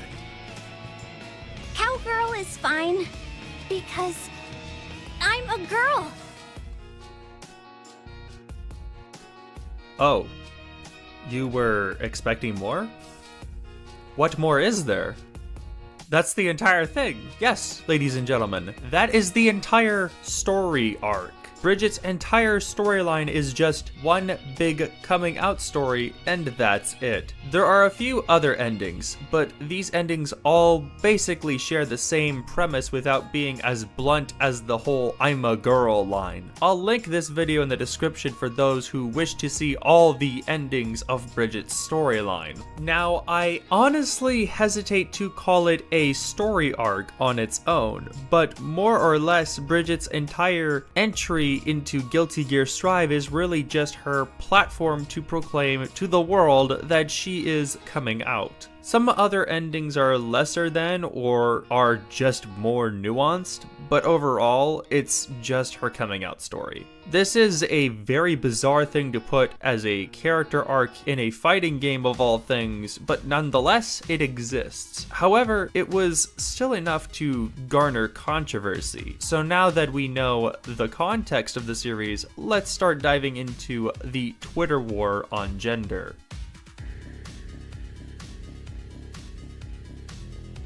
To no one's surprise, a lot of buzz has been going around on Twitter about Bridget and her newly discovered gender identity, because Twitter has all but become Tumblr 2, the squeakquel. Now, whilst a lot of people are in support of the storyline, the consensus is not overwhelming in one way. Both parties have a lot of traction. You have those who are all for the ending, and those who are displeased with the said ending. Let's take a look at some of these contrarians while we are here. You'll notice between the contrarians that there are two major subgroups of people who are against the ending. Let's go over the first one. I warned of the extremist trans movement. We're not gonna stop with traps. I warned that they were likely gonna target femboys next and proclaim all femboys to be a transphobic slur too, the same way they did with traps. Look at what is happening now. I mean, Bridget is technically a trap, so they just continue the same insane bullshit, though they went further with Bridget by vandalizing wikis to pretend he is a girl now, and using their own people being admins to block others from editing their lies out. Vandalizing wikis to pretend he is a girl now? You mean correcting the wikis to be up to date with the franchise they reside in? I also wouldn't say admins would be blocking others from editing their lies if the lies are true. Let's continue into the contrarian's arguments. But what does Scott think about Bridget? She's valid. Where is this character from? He's from Guilty Gear. Correction, she. Now I found out, essentially in a bad ending, Bridget is forced to call themselves a girl because they couldn't prove themselves of being a man, which was their whole backstory. To prove to their village that they were a man, to solve some shenanigans in it, after their parents intentionally assigned Bridget as a girl to avoid their death, because the village thought twins brought misfortune. By making Bridget trans, that means that their whole story was for absolutely nothing. Wasn't Bridget trying to prove the village that they were a man in the first place? Bridget was forced to believe they're a girl after trying to prove the opposite in one ending. Don't come at me with the whole acceptance BS. Their whole goal was to prove that they were a guy.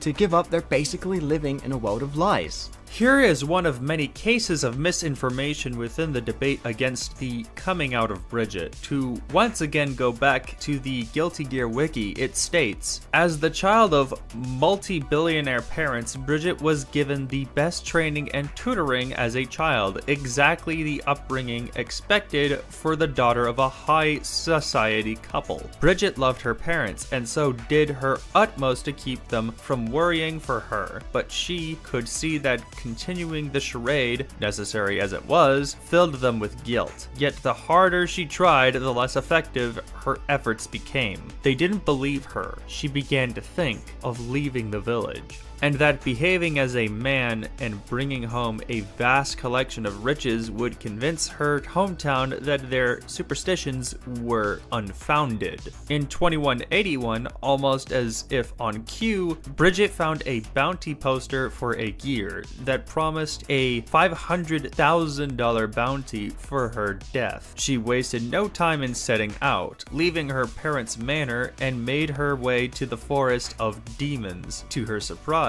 Dizzy had already been defeated. Somewhat discouraged, but not ready to give up, Bridget began to look for other bounties in hopes that she might still find a way to resolve her problems. Nowhere in this does it say anything about proving herself as a man. It's proving herself to her parents, trying to make them proud, nothing more and nothing less. I don't know where the prove herself as a man came from, just the proving herself to her village and providing for her family. That's just about it, really. There isn't much else to say on it. Let's continue. I hope Bridget remains a man. Bridget is, and always will remain, a femboy.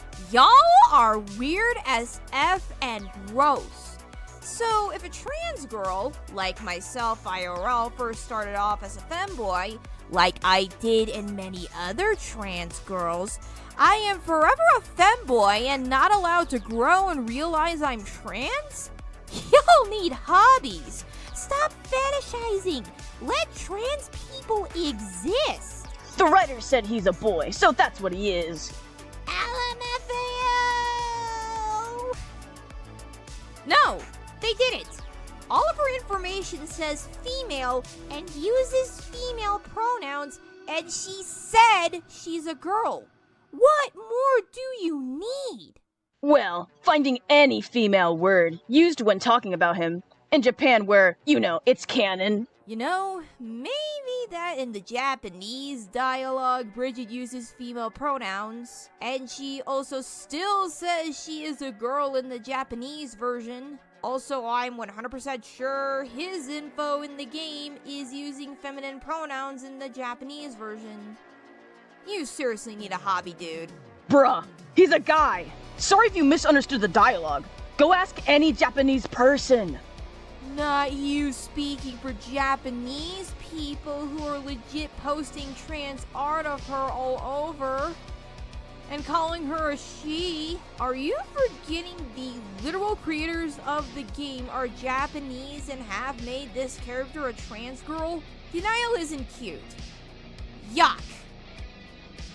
You know, I didn't think it was possible, but this is some really massive coping from these guys. Like, it's just one character. There will be other femboys for you to jack off to, like, goddamn. Another big argument I've seen from the opposition is that it's canon in Japan that she's a boy, even though the dialogue subtitles don't even change between either version of the game, but okay. We also have a contradiction in this argument. If the Japanese version has different dialogue, then let's take a look at this Q&A with Daisuke Ishiwatari.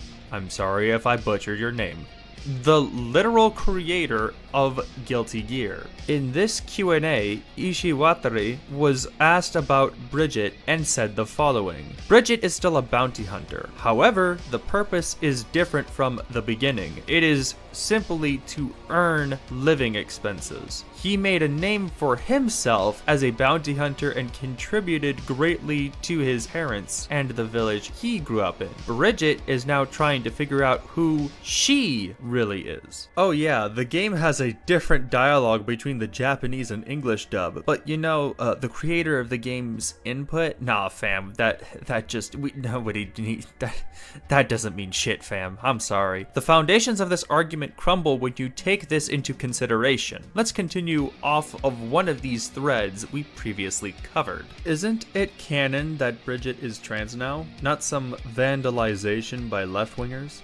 Not quite. It's very complicated. There was a write-up recently that laid out a brief history of Japan's Otako no Ko culture, Bridget's relation to that culture, and how both it and Bridget are fundamentally incompatible with Western trans culture. The TLDR was that in the early days of Japan's Otako no Ko culture, their femboys faced societal pressure to become trans because of a cultural expectation that in order to like men you have to be a woman, and so many of these early Otako no became trans. Bridget as a trap femboy was instrumental in breaking that gender norm and allow Otako no Ko to stay as men while being feminine and also being in the guise. Japan's Otako no Ko culture, however, still contains some remnants of their early trans days, coy and vague jokes about their gender and being a woman being one such holdover. The way Bridget's bio and lines were written in Japanese and Korean both still contain the same vague language that leaves Bridget's gender largely unknown, something that is not all that uncommon in Japan's Otako no Ko media.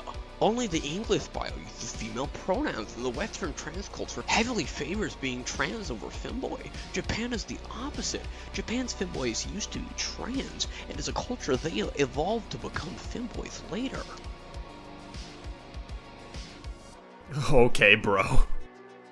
Yeah, if that wasn't brain melting enough, I don't know what is. Firstly, let's go over what Otoko no Ko is. Otoko no Ko, male daughter or male girl, also pronounced as Otoko no Musume, is a Japanese term for men who have a culturally feminine gender expression. This includes, amongst other things, males with feminine appearances or those cross-dressing. Otoko no Ko is a play on the word, can't read that, that's kanji, boy, from the characters for male and child, which is also pronounced Otoko no Ko. no. In the slang term, the kanji for child is substituted with daughter. The term originated in Japanese manga and internet culture in the 2000s, but the concept reflects a broad range of earlier traditions and examples of male cross-dressing in Japan, such as onagata in kabuki theater. Its popularity increased around 2009 with the rise of dedicated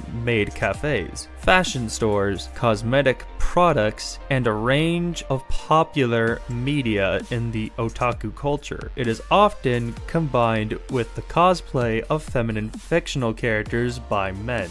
By extension, otokonoko is also a genre of media and fiction about feminine-looking or feminine-dressing men and often contains erotic or romantic elements. It is mainly aimed at male audiences, but also appears in a lot of shoujo manga. Otokonoko characters have also begun to appear in mainstream Japanese popular entertainment such as manga, anime, and video games. Essentially, the culture, in air quotes, is just pertaining to effeminate men. Nothing too major here. I haven't been able to find a source that goes over any forcing effeminate men to be women. I actually found an article that calls a trans woman in Japan an otokonoko. As far as this claim of the Japanese forcing effeminate men to be trans, I couldn't really find anything to back it up. That's not saying it never happened, just take that claim with a grain of salt. What you shouldn't take with a grain of salt is the fact that this otokonoko culture seems to be a very popular thing on the internet and otaku culture, and seemingly nothing else. Just more or less a progressive statement against gender norms. This is a good thing, but let's dive into more specifics on this eraser of otokonoko men. Earlier in the thread, can you provide an example of how Bridget being a trans girl was done because femboy and trap are slur terms?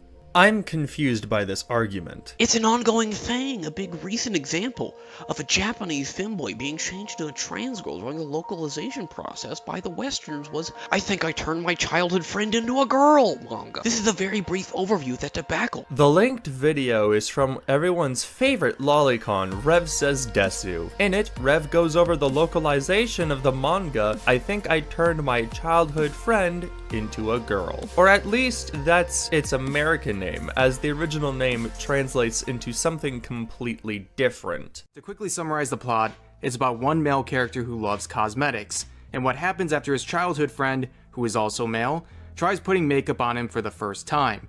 To make it even more clear, it's a male character sharing feelings with another male character who cross-dresses, but as the author points out multiple times, still identifies as male.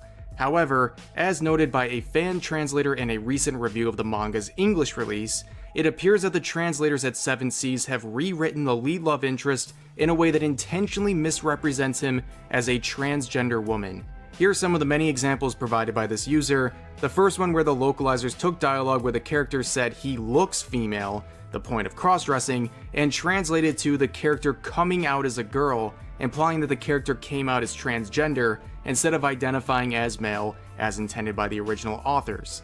Here's another example where instead of being introduced by his teacher as a boy in the literal translation, localizers have introduced him as a female, something the character does not protest to in this version. And in the final example we're going to look at for now, localizers intentionally remove male pronouns from a frame where the character reiterates that he's a boy too. This same guy linked another video from Dimitri Monroe, which goes over the same thing and other situations like it. Beyond that, this video briefly goes over how first traps and now femboys are being systemically erased by hostile trans culture coming from the West. Bridget's mischaracterization in GG is just the latest example of an ongoing struggle. Now I won't lie, forcing femboy characters as trans, especially if it's going against the creator's original intent, is fucked on so many levels. It's constraining effeminate men to specific gender roles, which is a very concerning thing. You wouldn't force a trans person to be cis, so why why is it suddenly okay for cis people to be forced into being trans? Like, imagine if this was pushed onto an IRL person, you know? That being said, this point doesn't apply to Guilty Gear, because as shown before, the creator himself intended Bridget to become trans. We literally went over this. To show you the kind of copium these people are huffing because of Bridget, let's dive into my contribution after finding the counter evidence. So I found this out over the past 2 days of looking into this situation. I think you might need to read it. So I looked up if Guilty Gear's creators said Bridget's gender was canon, and I found a Q&A from Japan that translates to the following. This confirms Bridget's gender was planned by them from the start of Strive, breaking the entire argument of Bridget's a girl now entirely. Pretty much the one-to-one with how I interpreted Bridget's story. Originally started bounty hunting and pain strength to fight against the superstition and tradition of his village. Now that he's largely achieved that goal with regards to his village, he suddenly finds himself without a goal because he's not struggling against an external force anymore. Now he has to figure out what to do with his newfound freedom and where he wants to go with himself, with no village trying to suppress him. Cue Bridget's Strive story, where he takes his first steps into finding out where he wants to go into the future. By the end of Strive, he's not only entirely sure where he wants to go, but he feels better equipped and confident to start exploring. The moral of Bridget's story is to do what makes you happy, not what makes society happy. And contrary to what the IRL trans movement contains, they are equally complicit in applying societal pressure onto people like Bridget. Hold on, motherfucker. How can you go, it's forced by the trans left-winger Westerners, to, well, maybe she'll go trans, maybe not. This is just straight copium, my guy. Listen, I know you like your femboys. I too like femboys. But dude, this character is trans. Go back to watching Astolfo hentai and let him show off the Gorilla Grip Buzzy. Another person replied, It's auto-translated, right? I assume last sentence was she because of no indication of gender other than name Bridget, but previous ones having he imply that something suggested to it's a correct one to use. Maybe he was called Otokonoko, or at least Otoko in there. This is the original text. I'll follow it up with it being spoken. 石渡ブリジットはまだ賞金稼ぎを続けています。しかし、石渡ブリジットはまだ賞金稼ぎを続けています。しかし、その目的は当初と違い、単純に生活費を稼ぐためとなっています。賞金稼ぎとしては名の知れた存在となり、親や生まれ育った村にも多大に貢献しました。今ブリジットは本当の自分を理解しようとしている時期です。And like an African-American father with a baby mama that had a kid in high school, he went out for milk and never came back. Another user states, Nope, it's not canon. Bridget is still a guy, Japan says so. So listen to them. So I found this out over the past 2 days of looking into this situation. I think you might need to read it. I'm good I have this.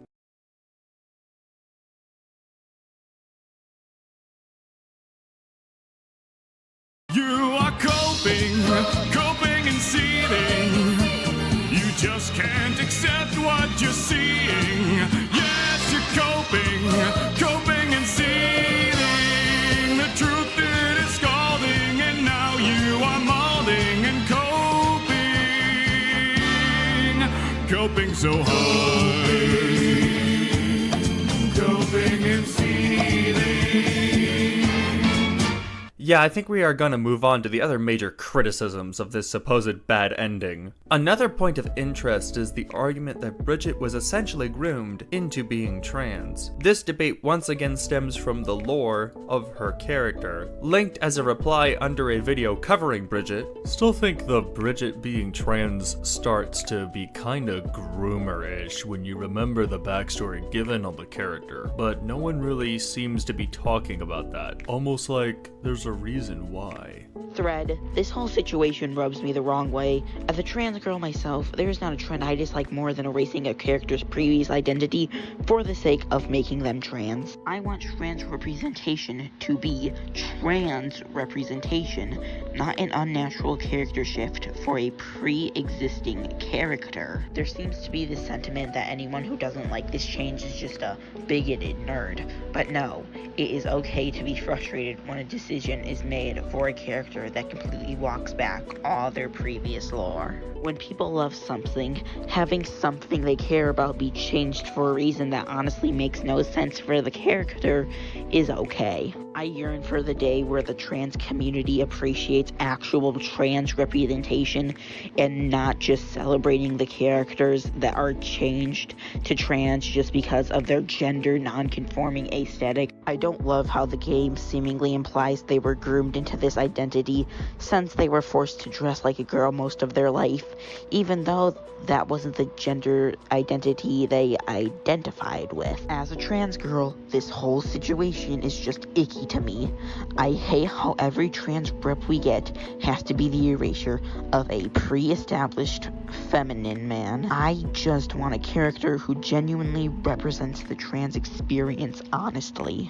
I know I'll get called a pick-me, etc., but this is what I believe, and if you can't expect these very valid issues I have with this character being portrayed as trans, then I don't know what to say. This entire thing makes no sense in the context of the storyline. Whilst yes, Bridget was raised as a daughter, she was never forced into being trans. That choice came later by Bridget's hand and no one else's. The ending in it of itself is proof enough.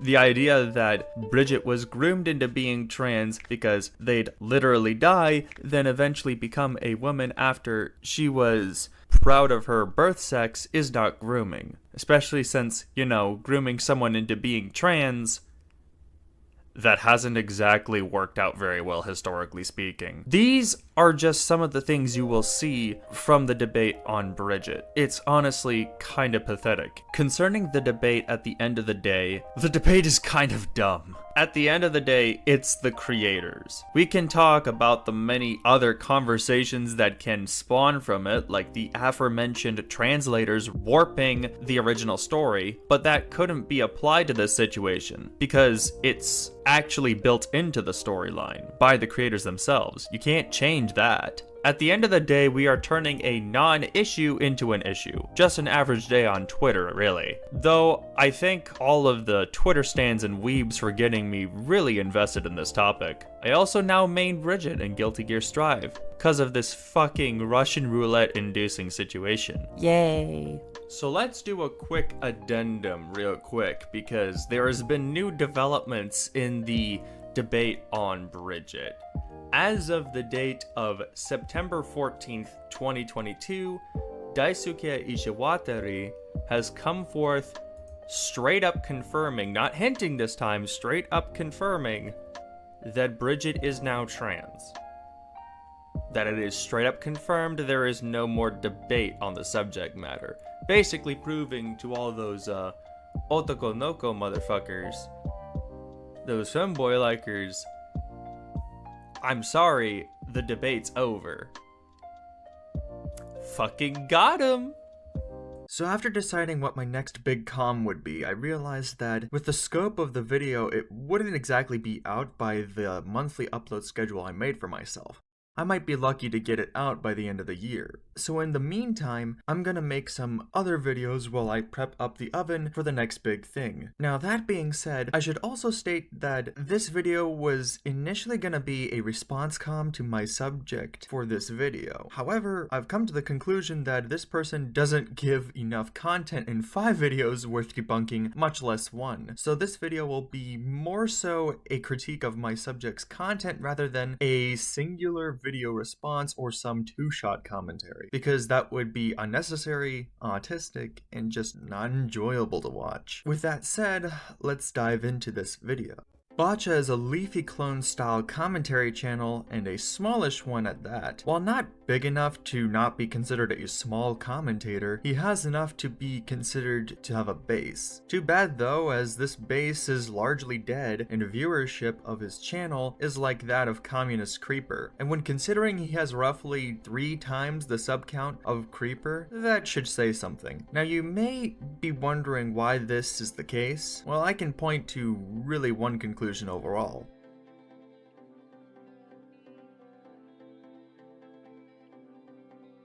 Bacha's content takes the Leafy clone style and turns it into a bland and uninteresting formula. A majority of his content doesn't even crack above the 3 to 4 minute mark, so hardly any time to talk about the topic at hand. So you would expect Bacha to spend his limited time wisely, right?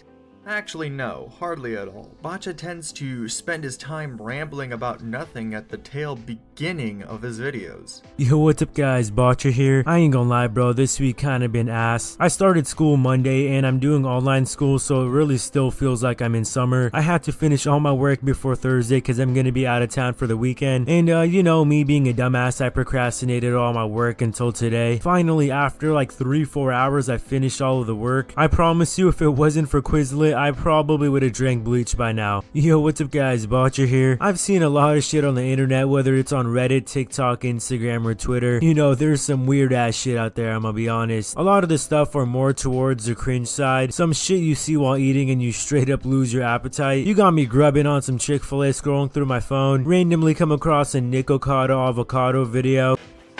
Did you just take one? No. That never happened. Put it back! I'm gonna starve! Oh god, I just want to throw the fuck up. For the latter, I'm assuming Bacha was trying to go for a hook. Well, I'm not entirely sure how Nekakado Avocado ties into a video in which he rambles for a minute about some chick posing as her alleged rapist. And don't worry, we'll get into that later. I guess because of internet insanity? Who knows. Now, on the chance you get through the completely unneeded hook, you then get into the main topic at hand, which is at most 1 to 2 minutes, the beginning portion being the main video. Yo, what's up guys, Bacha here. So the topic we're going to be taking a look at today happened, you know, roughly around a month ago. Even though it happened a month ago, I have to take a look at it. It's just something I can't pass on. We've had a lot of really stupid TikTok trends and videos in the past. Like most of my video ideas literally just come from idiots on TikTok. It's like the thought of how to get views on TikTok is always just stuck in the back of their heads. Every day, bro, I see something new from TikTok and I'm just sat there like, what the fuck are you doing? In the beginning, I was kind of shocked, but as you see more retarded shit every single day, it pretty much just gets numb to you. So when I saw a TikTok trend where people deadass just burned themselves, it didn't even surprise me at the slightest. Just take a look at this video real quick. A teenager in Oregon is fighting to recover after a TikTok challenge went horribly wrong. The Crane family believes their 13-year-old daughter Destiny was trying to do the TikTok mirror fire challenge when she suffered burns across her body. It was unreal, heartbreaking.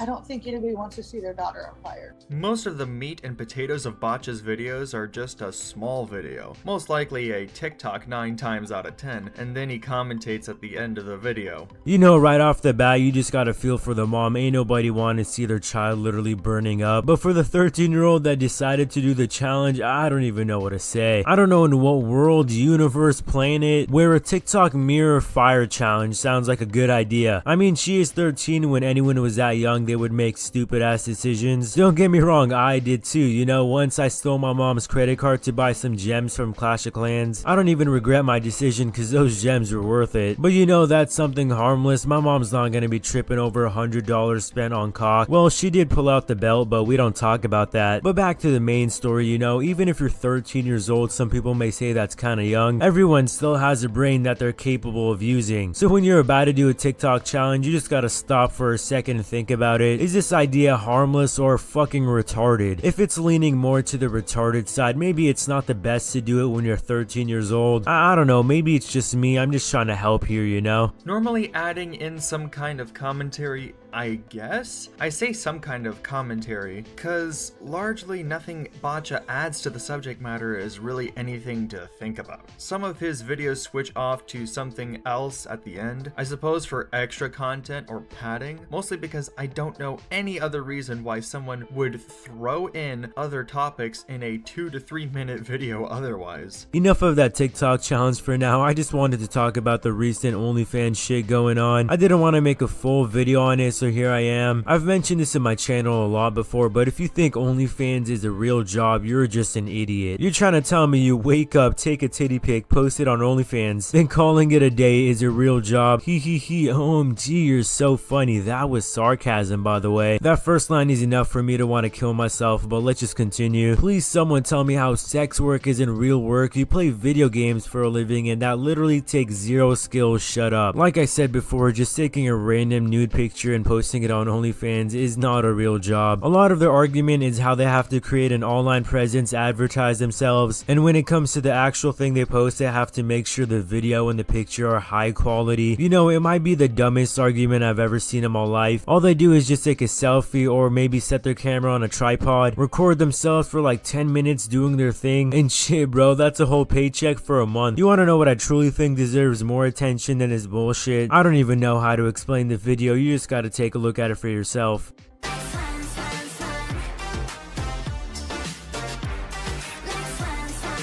What in the hell is she doing, bro? Like the duck's getting raped in public. Everyone's just standing there watching, someone's recording. We even got someone's child standing right there, front row view. I beg someone just slap the shit out of the chick and go take the duck to safety. What did the duck even do to deserve this? It looks so uncomfortable. Whenever people are in public trying to attract the crowd, they usually sing, dance, or you know, maybe show off their talents. I really don't think pinning a duck to the floor and start humping it is a talent, if I'm gonna be honest. This shit looks so illegal. I don't even know why I'm looking at it. I'm definitely getting nightmares tonight. And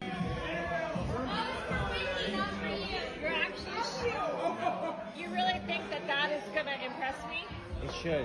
Money doesn't fucking impress me. Well, I'm sorry. It does not impress me. Then you lost in life.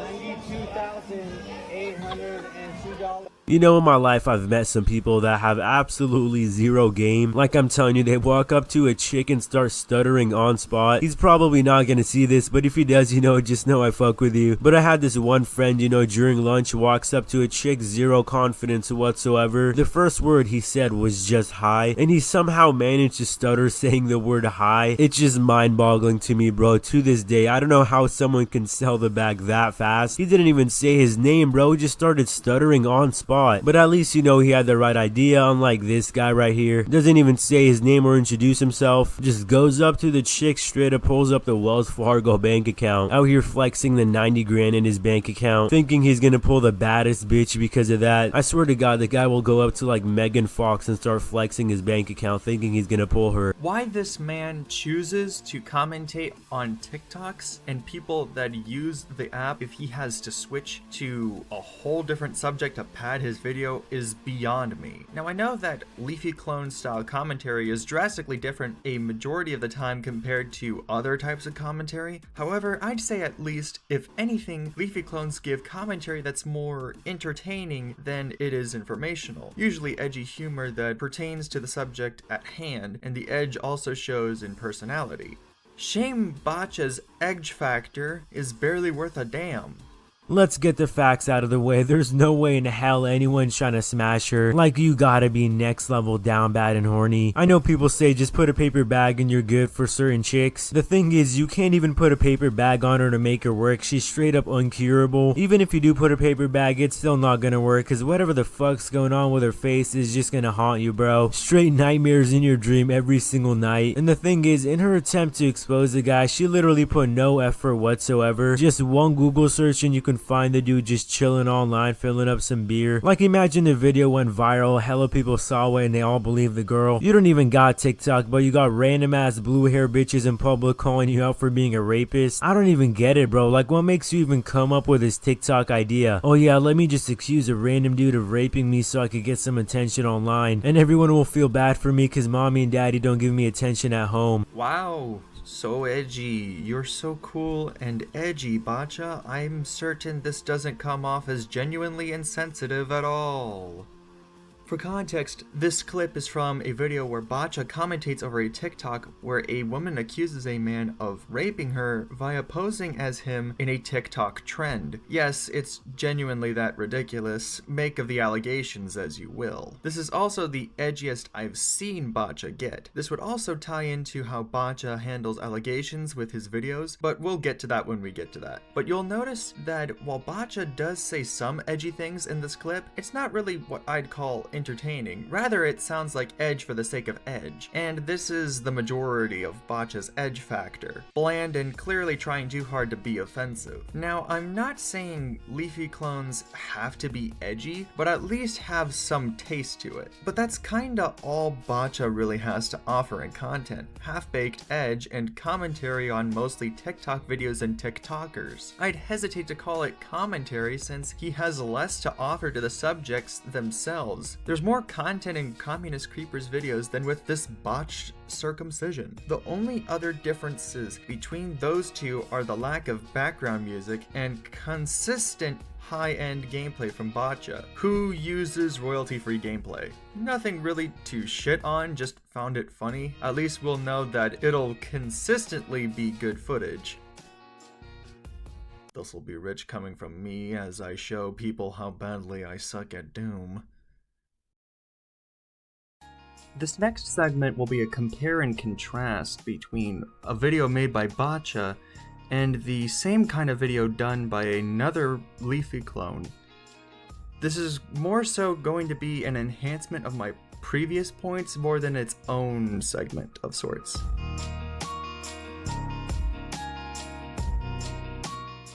Yo, what's up guys, Bacha here. I've taken a look at many people that really aren't the smartest. I mean, we had a chick saying if you don't date me, you're fat phobic. And another one said if you go to the gym, you're fat phobic. Just straight idiots, you know? As if these fat phobic claims couldn't get any dumber, it just does. Now we have a chick, you know, she's in an airplane, walks up to her seat, realizes she can't even fit in her own seat. Now she's left with two choices, either go to a worker and ask him for help or make a TikTok video about it. And well, I wouldn't be making this video if she chose the first option because she fucking made a TikTok video about it. It's honestly quite funny, just take a look at it.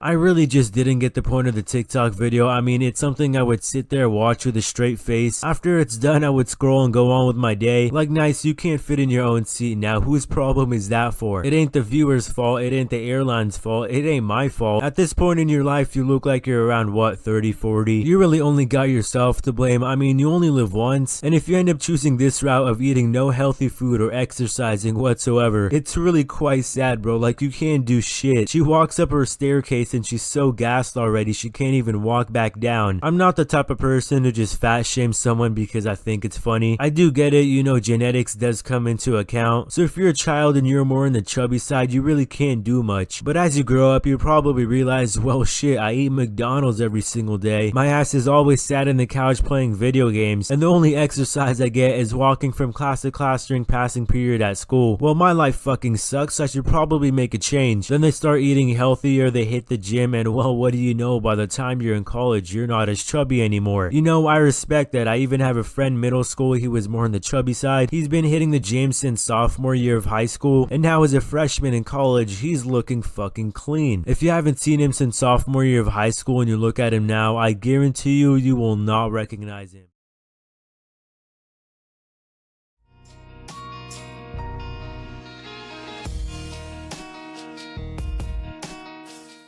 Yo, what's up boys? Welcome back to a brand new video, and today we're going to be talking about this amazing brave woman that stood up against fat phobia. Of course she didn't actually stand up, that might be a little bit too much to ask. But basically our hero has a crippling addiction to Burger King and McDonald's that honestly can't be fixed with anything. No amount of rehabilitation therapy or mental mind tricks can possibly do anything. I mean, it's society's fault at this point. But you want to know what else is society's fault? The fact that their seats are too small. Why don't we have seats that are designed for 800-pound land whales? Honestly, what kind of society do we live in where such degenerates won't even do the basic, simple, human thing to do and make giant-ass seats for everybody? I mean, honestly, it's fucking pathetic. Anyway, guys, I hope you fucking learned from this video to stand up, join the revolution, and fight back against fat phobia, because hashtag airplanes are fat phobic.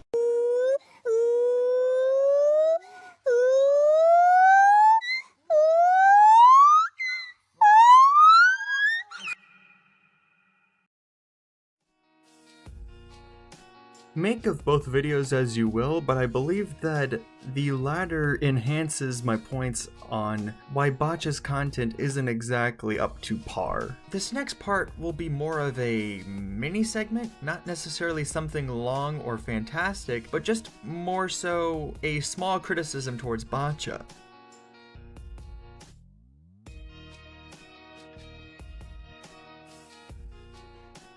Bacha won't really cover anything where he'd make an allegation, but when he does, it does raise a few red flags. Nothing really cancel-worthy here, and I don't want this to be used as grounds for that. This segment is meant to shed light on criticism of how Bacha handles serious allegations. Bacha will take serious issues or topics that are in relation to serious issues and handle them poorly. The first example of which is in regards to the TikToker posing as her alleged rapist. In this video, Bacha talks about the TikTok trend in which people pose as others, and then brings up this specific user who poses as her alleged rapist. He then plays a video clip of the TikTok being countered by another user claiming the alleged victim an attention seeker because you can find the picture of the alleged rapist with a quick Google search. But what we're taking a look at today, I guess, is more towards the serious side. I can't take the video seriously though, because it's from TikTok and that whole app is literally a cringe fest. Literally nothing from the app should be taken seriously. We got some emo, scrawny ass stick figure looking of a chick, and I guess it's a trend on TikTok where people pose as a certain person. In this instance, she's posing as her rapist. So according to her, the person that she's posing as raped her. I really don't know when, but that's what she's trying to say. Nevertheless, it didn't turn out well for her. Some dude straight up exposed her, and it's kind of funny because of how bad the lie was. Like, it was genuinely god awful. Anyways though, enough of me talking, just take a look at the video.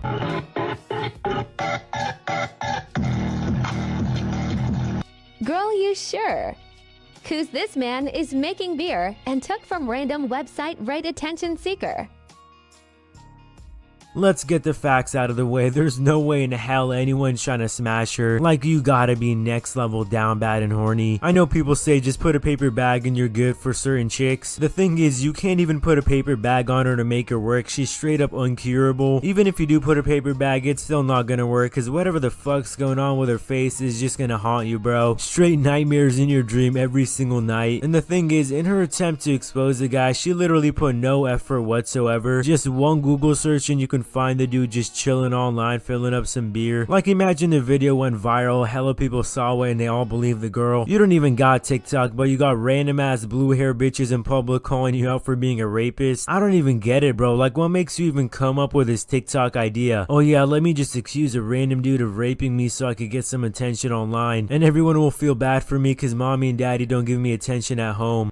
Now, I'm not gonna be one of those guys that are all for hashtag believe all women. I believe in innocent until proven guilty. However, the fact is that this information really doesn't prove shit. And considering you don't cite any sources, no one else can really verify this information to be true or not. We also can't take into account the absolute sus nature of this clip with the robotic voice. It's more logical to believe it's some kind of troll than a real counter to her alleged allegations.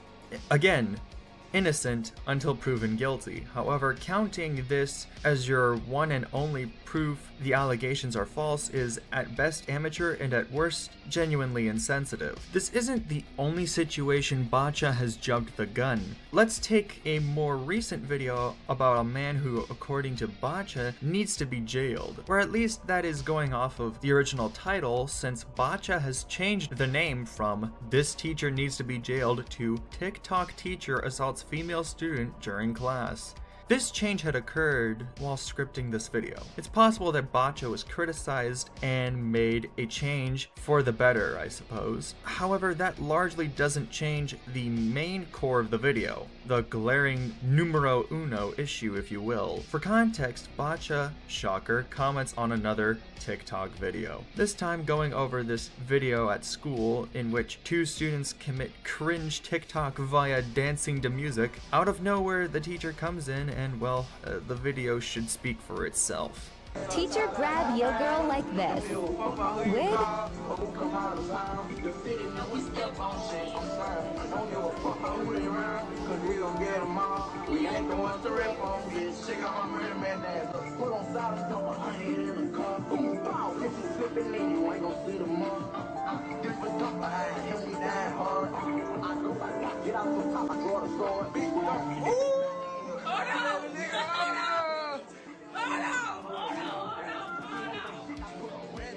Now this, for certain, is weird and out of place. The teacher definitely needs to be called in about this, since he did make the student visibly uncomfortable. Now, I wouldn't say this man would be a pedophile. He should correct himself and his character if he thinks about continuing his job, though. Bacha, however, has this to say about this situation. Like, you see what I'm talking about, bro? Homeboy needs to be put in jail. Just the way he was walking up behind the chick, then just started hugging her from behind. Bro looks like a straight homeless drunk guy on the side of the street begging for money. The second he noticed he was being recorded, he just knew he was fucked. His life flashed before his eyes. The video went pretty viral, so there's no way the school district didn't get a hold of the video. If my man, you know, somehow still has his job, I don't know, bro, there has to be some illegal type shit going on behind the scenes. There's no reason my man should be pulling up to school the next day for work. After watching this video and, you know, actually sinking in what's going on, it just doesn't make sense. They should consider what's going on back at home with the guy. I ain't trying to make some serious accusations, but I just check his laptop because I guarantee you're gonna find some illegal type shit going on. Well, time to pack your bags, boys. Bacha just blew the situation out of proportion. Now, I know it wouldn't be an unreasonable thing to assume, considering the circumstances in this situation, but in truth, that's all this is, an assumption. The fact is that even with the weird and albeit sus shit we see here in this video, that's all that can be taken as fact from this video. This isn't proof of him having any sus content on his computer, yet the claim is out there.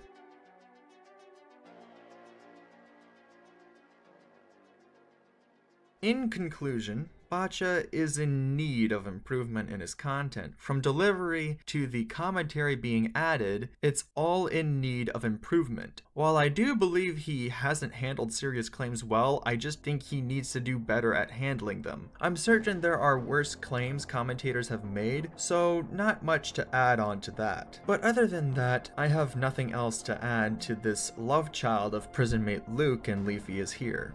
Now, I'm not somebody who wants to talk 100% of the time about drama on my channel. In fact, I do have other topics I want to cover that aren't based on YouTube in any way.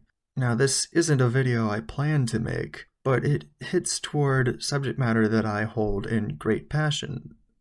So that being said, let's jump right into this video. The subject matter of this video pertains to film and media, with the main selling point being originality. A lot of people believe that because something is unoriginal, it is automatically bad. This isn't the case. All stories to some extent have already been told time and time again. However, it's how you tell these stories that matter. How can you put your own fresh spin on a plot that has been already done time and time again? There is, of course, the opposite end where people don't seem to realize why something is unoriginal, missing the point entirely, or has really bad hot takes. Enter Deviant Crow, a female commentator who made a video about originality in cinema. Granted, she mostly talked about the Disney remakes, but that's besides the point. However, she seems to not understand a few things about originality, or even why certain things are considered bad or unoriginal. Her video entitled Originality Isn't Important censored. What the fuck? This is the video we'll be covering today. The link to Deviant Crow's video will be in the description below. Now let's get this show on the road. And they use something they call pyroprocessing. The interesting thing is they call it pyroprocessing, but it's a molten salt process. I might be the new host, but that doesn't mean I'm gonna leave old traditions behind, like having a spicy hot take. That's right, it's time for a big old bag of spicy hot takes. Everyone take one. Hot take. A piece of commentary typically produced quickly in response to a recent event whose primary purpose is to attract attention. Slight nitpick on my end, but you're not exactly making a hot take, but rather a subjective criticism, an opinion piece that relies heavily on personal preference. Considering how the rest of this video goes, I'd suggest keeping this in mind. You know how you spot out a bad critic? If they say, oh, this plot isn't original, or this thing isn't original, therefore it's a bad. While this kind of critique does exist, I specified this earlier in my video, this isn't the only kind of criticism that comes from unoriginality. Originality can be how a story is told. We've seen Romeo and Juliet before, and we'll continue to see it 100 times over. That doesn't mean that the story of two families at each other's throats, whilst two people, one from each family, fall in love with each other in secret, and ultimately ending in some kind of tragedy, can't be retold in a different way or unique way. An example of the same story told a different way is James Cameron's Titanic. Again, it's a story of two people from different families falling in love and ending in tragedy, but instead of royal houses, it's a battle of the classes. The lower class Jack Dawson falling in love with the upper class Rose Dwight Bucarter. And whilst Rose has a family and is given to a rich man in marriage to keep her family financially stable, Jack is a street rat making his way in life. Both stories are at their core the same, but it's the way they are told that is different and therefore original. Keep this point in mind for later. Whether it's people complaining about a Disney remake that's not even out yet. I mean, to be fair, they're most likely going to be bland, but still, the movie hasn't come out yet, and there's always the slight chance that they could be good, or have some aspects that are better than the original that are worth talking about. To be fair, the Disney remakes are at their core unchanged stories. They aren't the same plot type told differently. It takes the same movie and telling it the same way. Again, let's go back to my example of Romeo and Juliet compared to Titanic. Let's say, in a hypothetical situation, Titanic had two royal houses duking it out on board the ship, and then we get two different members of the royal houses falling in love before taking their own lives. Then the story would just be Romeo and Juliet, but some name changes here and there. Now, granted, this isn't taking into account stylistic choices in the filmmaking storytelling process or any additional factors. But now this brings us back to the Disney remakes. Bar a few movies, the biggest problem is that they aren't changing too much about the story. Some of these live-action remakes aren't being told any different. The Lion King 2019 is the same story as the original. The same goes for the 2017 Aladdin and the 2017 Beauty and the Beast, bar some odd additional choices that don't go anywhere or do anything, like the magic teleporting book that's only used in one scene. The movie is still the same story. I bring these movies up because these are the examples used in Deviant Crow's video. Further additions to this point will most likely follow as we progress. I mean, at least give credit to the Dumbo remake. At least they took out the blatant racism. Maybe do Peter Pan next. You bring up the blatant racism, which is essentially a product of the film's time and can't exactly be helped. But that scene isn't an example of how the movie changed other than no more racism.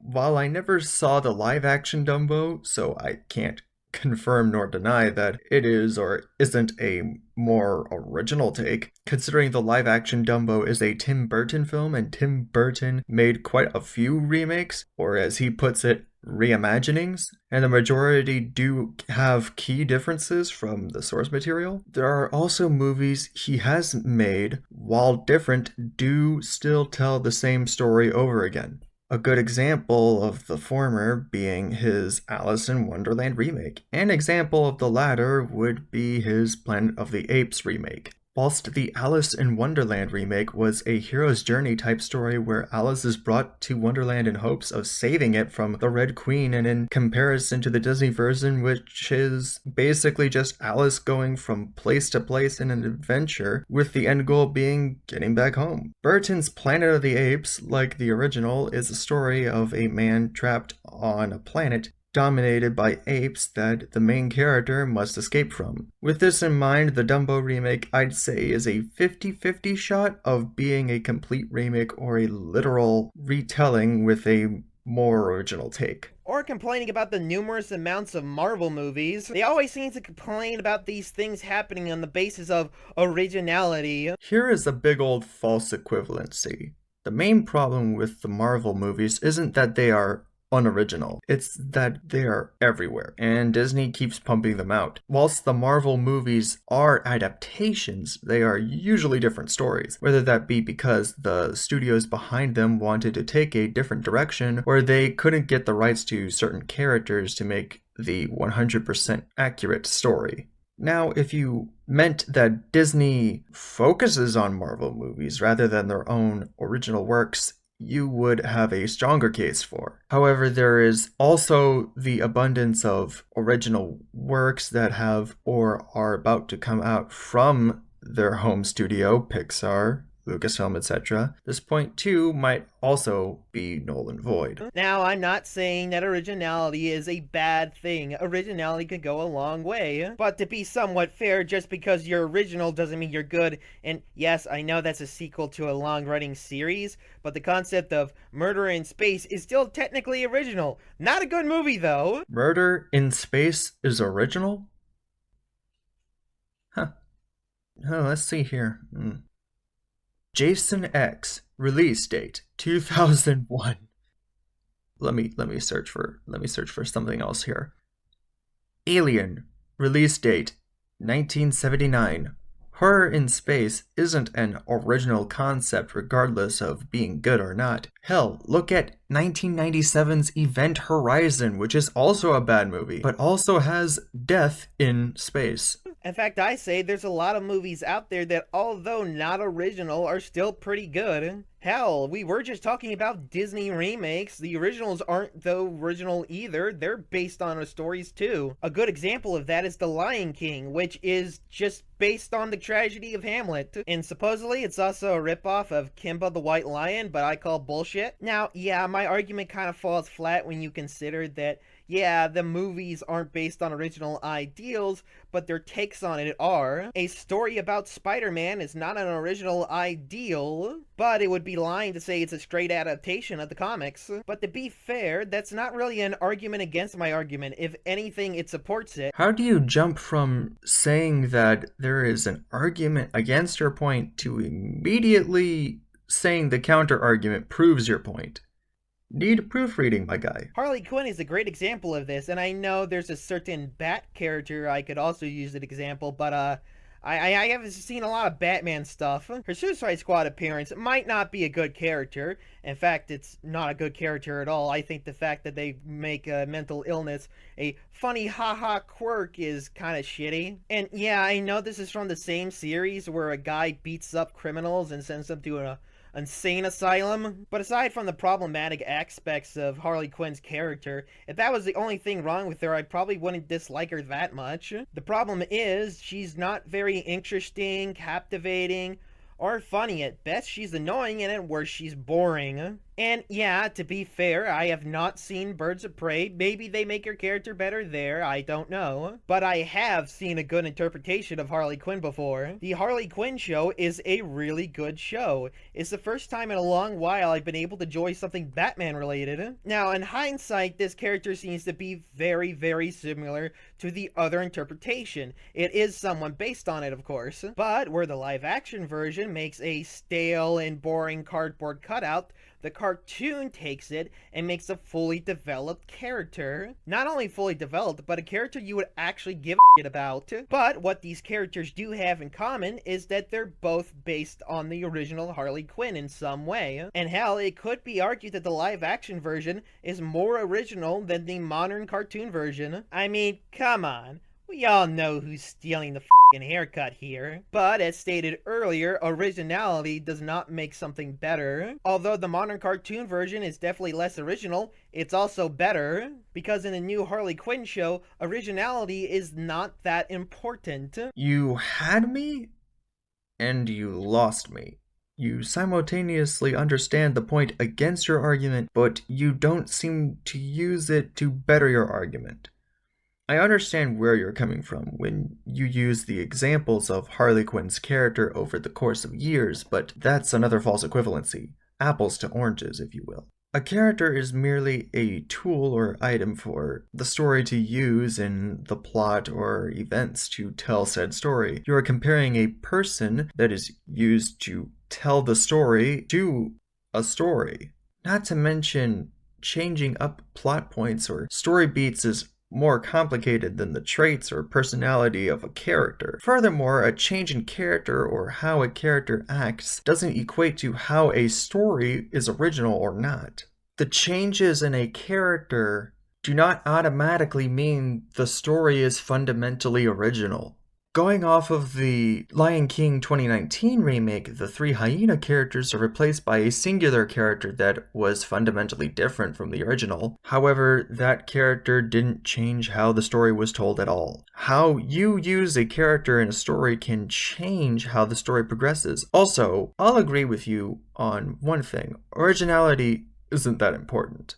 But I think you're missing the point a little. Whilst I can see the same story over and over again, it would be nice and more interesting to see a different take on that story. I could just watch the same Romeo and Juliet over and over, or I could watch Titanic and get a new take on the same story.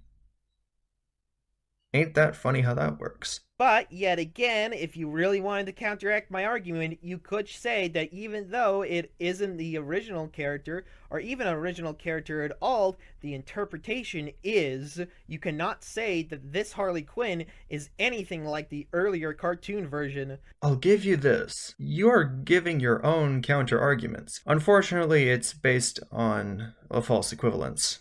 They are completely two different characters at the end of the day. The thing that makes this character good is its new interpretation that is original. However, that would be severely missing my point. Here's another reason I kind of get pissy when people complain about Disney remakes that aren't out yet, even though most likely I'm not going to see them and most likely they aren't going to be good. The thing is, I want to see original interpretations of old ideals. New interpretations of old ideals. Keep this in mind because the examples used break this point entirely. Now, everyone, hold on to your seats. I'm about to give another one of those spicy hot takes. I don't like the original Lion King that much. Like, yeah, don't get me wrong, it's not a bad movie, but it's not exactly a movie I would call one of Disney's greatest.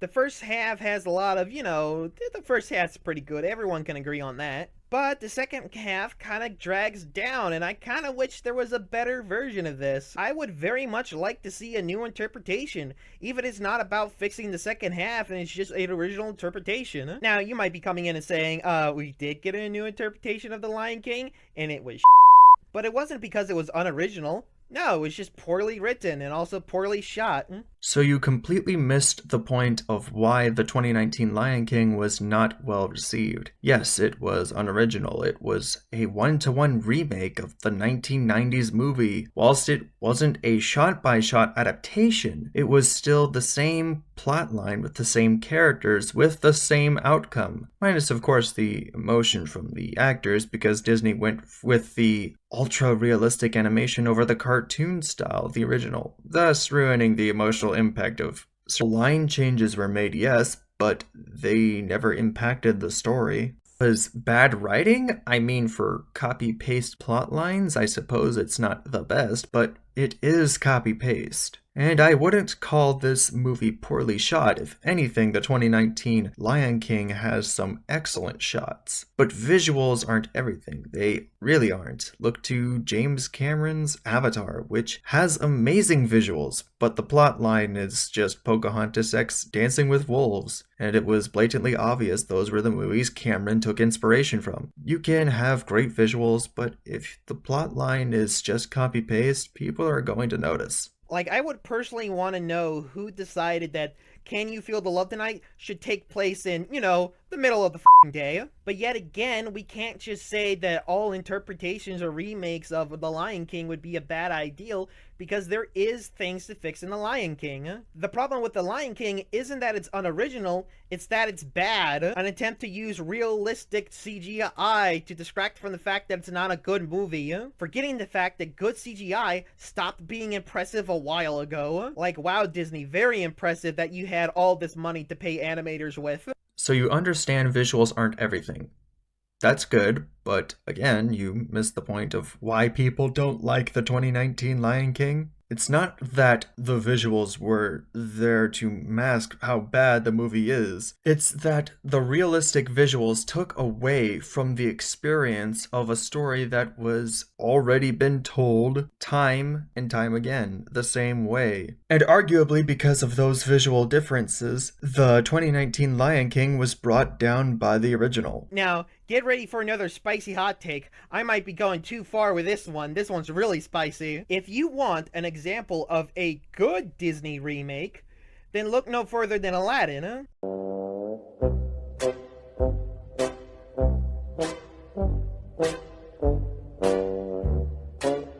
Aladdin suffers from, once again, being the same plotline with different visuals, ultimately taking away from the original story. Crow, for someone trying to say that originality isn't necessary, you pick the worst examples. You literally pick films that are one-to-one remakes, and all these examples are panned for being unoriginal and not living up to expectation. If you picked different movies that tackled the same subject matter, you'd have a better point. Megamind and Despicable Me came out the same year and tackled the same subject matter. A villain character that would come to realize they don't want to be the bad guy anymore. Both plots are the same, but neither movies are bad.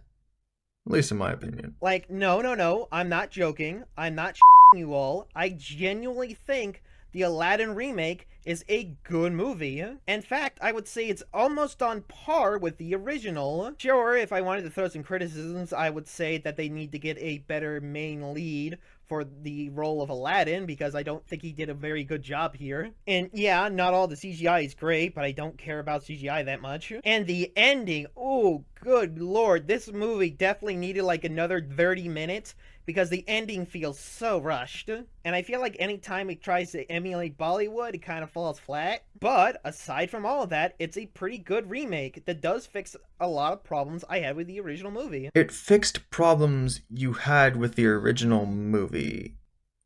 I mean, you have my attention. Jasmine and the Sultan, although not as fun as characters as the original, do get a bit more depth that makes them at least more interesting. More depth. How do they have more depth? That point needs a little more explaining. I'm very confused. If you're bringing up that political shit in that movie, we need to have a talk. I'm sorry, that doesn't equate to originality or depth, my guy. This also applies to Jafar, even though, to be fair, I'll take the original any day. There was a scene where he talked about his upbringing and how he was a thief just like Aladdin. And sure, I'll take the bombastic and fun original version, but this version is still good and interesting because, well, he actually feels like a real person. Okay, I can understand where you are coming from with the first piece. Backstory can make a character interesting, but again, an interesting character doesn't substitute a one-to-one remake. Going back to the 2019 Lion King, the hyena trio is replaced with a new side villain, but that character didn't change the overall plot or how the movie was perceived. The same would go for Jafar in the new Aladdin. He was changed, but not enough to change the overall plot. Crow, I think you brought up your earlier example of Harley Quinn to say that if a character is different, it doesn't matter if the story is different? This line of thought could work if you compare different films with the same plot, not one-to-one remakes, because different films with the same plot will have different characters and have different ways these characters act in a situation, where a one-to-one remake is just that, one-to-one remake. Even with character changes, it still doesn't change the plot. Now, you could have a point if you, again, picked non-one-to-one remakes from Disney, like Tim Burton's Alice in Wonderland, Maleficent, Pete's Dragon. Those are movies that do change how the story works and the overall plot of the story, but you choose the remakes that are made literally to just be the same movie. So your point is basically null and void. I think if you want a more fun movie, then you'd go watch the original Aladdin. It's a lot more fun there. But if you want a more slightly interesting movie or a slightly more interesting take on it, then go watch the remake. You haven't given enough information for me to understand what you mean by more interesting. You only gave 2 examples, one of which lacked examples. Oddly enough, I'd be fine with 1 point if it was backed up heavily, which you didn't do in this case. Not really a problem with your opinion, just a flaw in explaining your argument. But don't get me wrong, this movie isn't, devoid of fun. There's still some fun in it. I think some of the musical numbers are definitely better than the original. I find that a little hard to believe considering the limitations of live-action film over animation. Perhaps small clips could help back up this point? And as if the hole I just dug up for myself wasn't deep enough, I will have to say, despite Will Smith's genie looking like a sleep paralysis demon, I will have to say, I would be very lucky to have a sleep paralysis demon as charming as him. In fact, I would go as far to say that I kinda like this genie more than the original. Pardon, nigga? Now, don't get me wrong, the original version is good, just not as good. Although the original genie has a lot of emotional moments that definitely hit much harder after, he died. But despite that, I really don't like the pop culture references. They come as really dated now and even back then when they were relevant. Although, to be fair, I wasn't alive when they were relevant. But even back as a kid, I didn't find them funny. And as I grow older, it's not one of those jokes I go like, oh yeah, that's kind of funny. And that's a good chunk of his humor and personality. And it's not very good. Like, I get it. It's, Robin Williams humor. That's what he does. But I guess I'm just not a fan of Robin Williams humor. However, the Will Smith version gets some additional depth, like most of the characters in the movie, and is overall more likable. Like, I feel like I could only watch the original genie from afar, but the new genie I feel like I could be friends with. He has this chill but upbeat attitude that I just really like, and I was surprised that his emotional moments hit hard as well. If you haven't seen this movie, and if you have Disney Plus or something else, I recommend go giving it a watch. It's not as bad as you think it is. With this subjective criticism again, you are using the differences in characters to make the point that originality isn't important. To keep the same story with different characters again can work as a point. If you weren't using one-to-one remakes, there are plenty of movies that generally have the same plot with different characters, yet they still manage to find their own originality. With these Disney remakes you picked, they have minor character changes that affect nothing. It's like I said earlier, the way you tell the story matters, original or not. It's how you tell the story. And I've already listed examples of films that have similar plots and plot structures but are handled differently. They aren't original, but they are told in their own unique way. That is the key to avoiding a lack of originality. But to go back to my original point, this movie isn't very original, yet it's very good. Sure, you could argue all day that it's not as good as the original, But should that really matter? I'm a person who watches movies like anyone else, to have a good time. And sure, an interesting plot that's complex helps too, because I can talk about it in my mind all day. And with saying that, I think Aladdin is a fun enough movie. And the movie ends up being worthwhile, not only because it's fun, but it's an interesting take that, although it makes some new flaws, also has some new fixes. Subjective criticism that I still can't get behind because of lack of examples and Crow's points. Maybe I'm just stubborn or something isn't getting through my thick raccoon skull, but I really can't get behind the idea that originality isn't important, going off of your video at least. The poor choices in points and lack of strong examples basically leaves me quite off-put by your stance.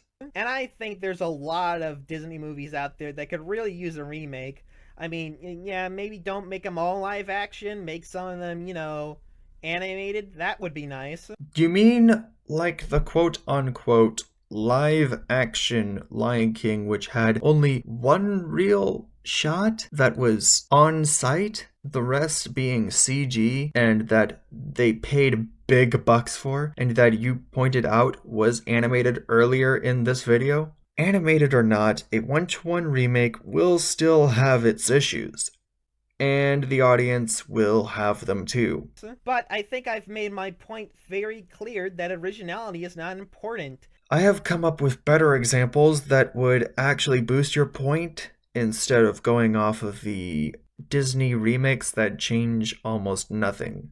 It's what you do with those concepts and ideals that matters. Using old ideals again and reinventing them isn't a bad ideal. In fact, I would say it's somewhat original. Totally original ideals are fine, but I wouldn't mind seeing old ones get revisited and reworked. Again, your argument would be stronger with different examples, not the Disney remakes. And yeah, I totally forgot to talk about sequels. Don't worry, this video is definitely getting a part 2 just for sequels alone. And a part 3 to talk about video games as well. If that's the case, then I look forward to seeing these videos. I want to see what you have to say, and I hope you do improve your content whilst doing it. Deviant Crow, if you're watching this, no pun intended, but there are seeds of good ideas you have here. I just wish your points were backed up with stronger examples and perhaps give in-depth explanations to certain points. I know there isn't a rule book to commentaries, as with most media, there isn't a rule book, but I hope this video gives you something to work with in the future. I know I can come off as a little harsh in this video, but that is out of a genuine desire to see you grow as a commentator in the CC. To the audience, I hope I provided a good counter-argument, but if not, I am always willing to accept criticism of any kind. So if you want to, you can leave a comment or even a video of your own, who knows? No commentary chains though, that is a big no-no. So it's been a while since I've made my last commentary, and whilst I am proud of the Sappho videos, I'd like to make a video that isn't covering sensitive topics. Now let's go over a video by CarmenRider. It's short and sweet, and it's political as fuck. What could go wrong? For context, this is CarmenRider, who is an enigma of commentary. She is inspired by Just a Robot, yet she's more like the right-wing equivalent to Doodle Tones. I suppose there is a yin for every yang. She's also known for many things, like having a terrible running gag, which, for the sake of irony, Carmen, it's not funny. Being antagonistic without making a point, defending shit such as Lolicon, and giving reasons why people shouldn't let others draw their characters getting railed. Well, I didn't expect to do an original topic this time, but here we are. So a while back I made a tweet about how some people draw hentai of others' OCs. The tweet reads, Artist: Hey, don't draw porn of my character, I'm gonna report you. The character. And then it was the following image. Some notable examples include Sky, Sienna from PN Seymour, Wolfie and Jaden. I swear, the people who beg for their characters to not be looted have the most lootable features. Sky is a small bratty weeb girl. That's fucking adorable. Sienna is just, well, just fucking look at her. You cannot tell me you don't want to put her tits around your dick. Wolfie Chu literally sexualizes herself in the thumbnails. And Jaden, well, she's funny, relatable, goofy hair, and all above, Asian.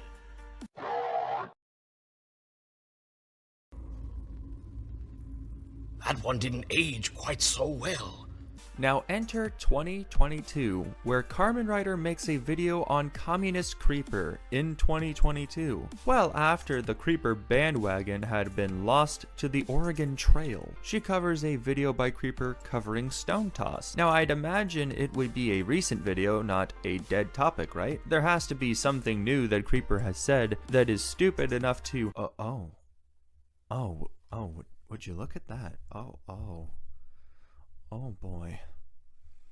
Oh fucking boy. Okay. Yeah, that's gonna be a problem.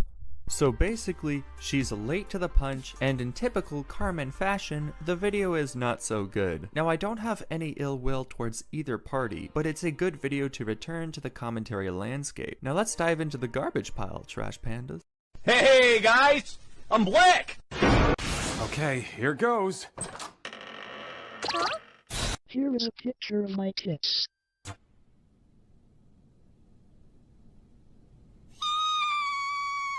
What's wrong with you idiots? Put a shirt on, goddamn! Holy milk. Cry! Literally what? Mother of God. Carmen out here trying to bring Deviant Crow into this, even though it's irrelevant.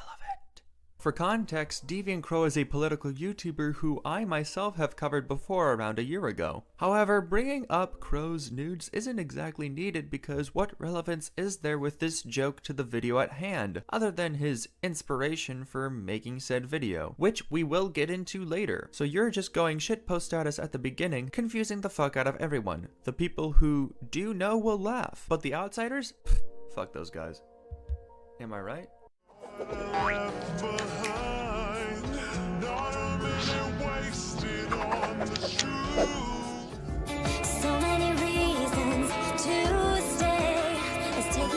And this is the reason why Blender should not be free on Steam. What's up, gamers? CarmenRider here, back with another commentary. That's right! Remember that Tanga Deviant Crow? Well, today we're going after our friend Communist Creeper. Though I have one question. How the fuck did we get this far and only now do I come across an unironic communist? Fair question. However, I raise you a better one. How did you only hear about Creeper just now when some of your contrarians have made videos and streams on him? Just food for thought. Also, you bring up Crow's nudes out of context for an inside joke only those who do know to understand. Funny for me and you, not funny for the average Joe. This isn't a debunk, but criticism you can take into account for your future projects. But we can contemplate being a part of the 47% another day. It's a fucking prank, dude! It's a prank! It's a prank! Today we're going to be talking about the base Amogus Man. And I'm sure a certain cat will mold at the sight of this one. But hey, anything to get her to insult me again. What the fuck are you doing? She's trying to fuck me! What? Bring your ass back! Oh my, how lewd. Oh, based? Neko Koda x CarmenRider arc when? Now in all seriousness, this is yet another inside joke nobody would know unless they were inside Carmen's clique. This can still throw the audience through a loophole in this circumstance. The video is titled, Stone Toss is an Idiot. But hey, stay till the end for a little something good. And no, unfortunately it's not going to be me giving Koda a creamy surprise.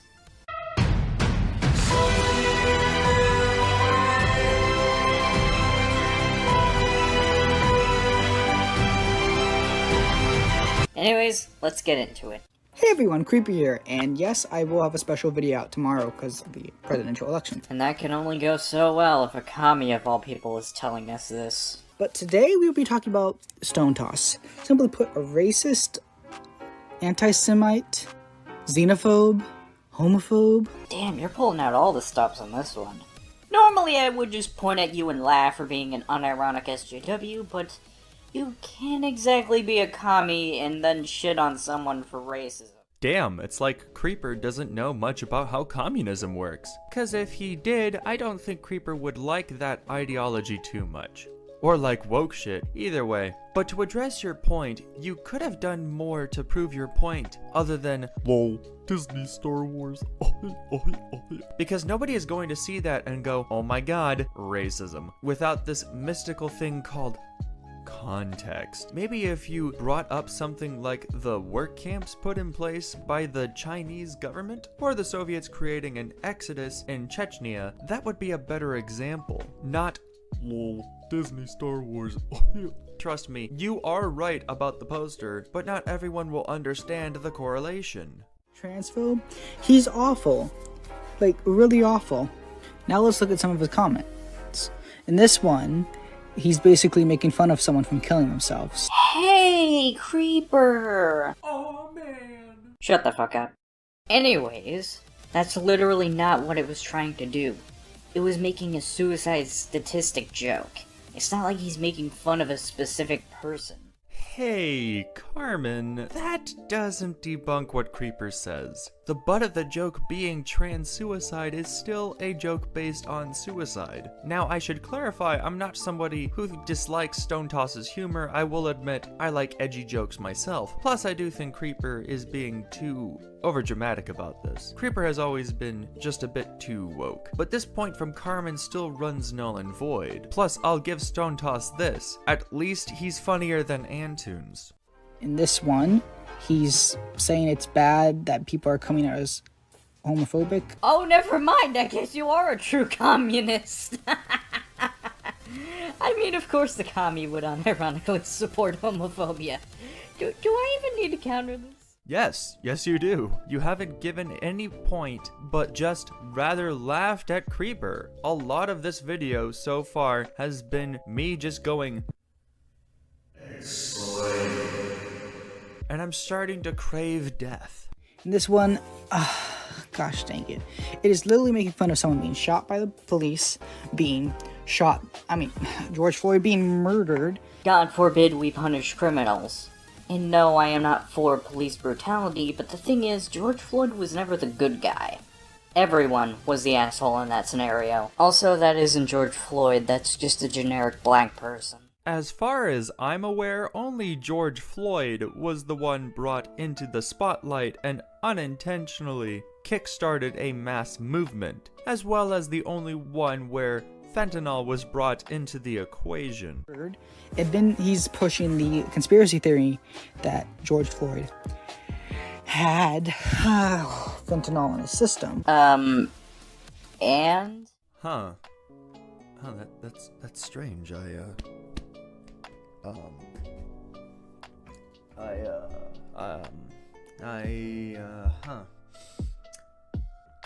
I can't seem to find the counter argument anywhere. See, I got the idea for this video from #ReportStoneToss, which is a video by Deviant. She's a great YouTuber. I recommend watching her.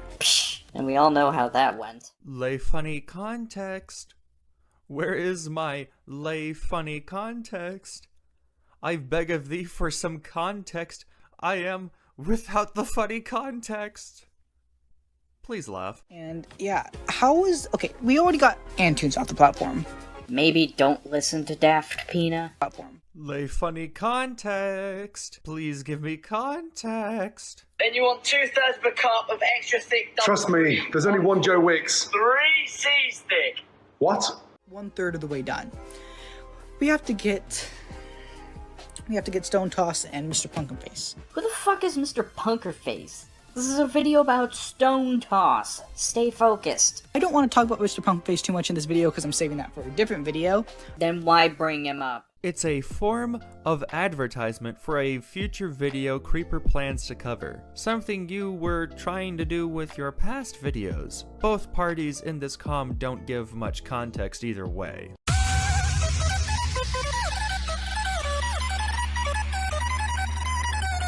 Stone Toss? Because a person like this, who constantly is spreading hate... You mean satire? ...should not be allowed to have the platform. I am all for free speech. Bruh, you are a communist. No, you aren't. You're not for free speech. That is the literal opposite of communism. For free speech, but when you constantly spread misinformation and lies and hurtful stuff, this is when it stops being free speech. It stops being free speech when it hurts my fifis. Speech. And the fact that he has 100k followers is disgusting. I love how you can hear the tears in his eyes. And some YouTubers like Hellbent follow him. Damn, Beast Hellbent.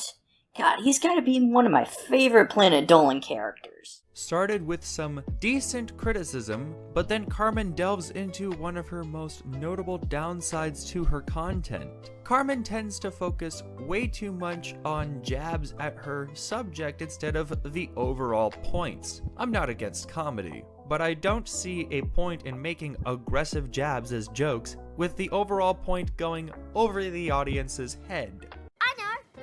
Unicorns. What's your favorite food? Children. Oh. I'm not even gonna show this comic, but one of them is basically just saying that Jews rule the world. This is the comic he's referring to. Don't let him argue dishonestly. And he basically said Jews aren't white. He never said that, you dumbass.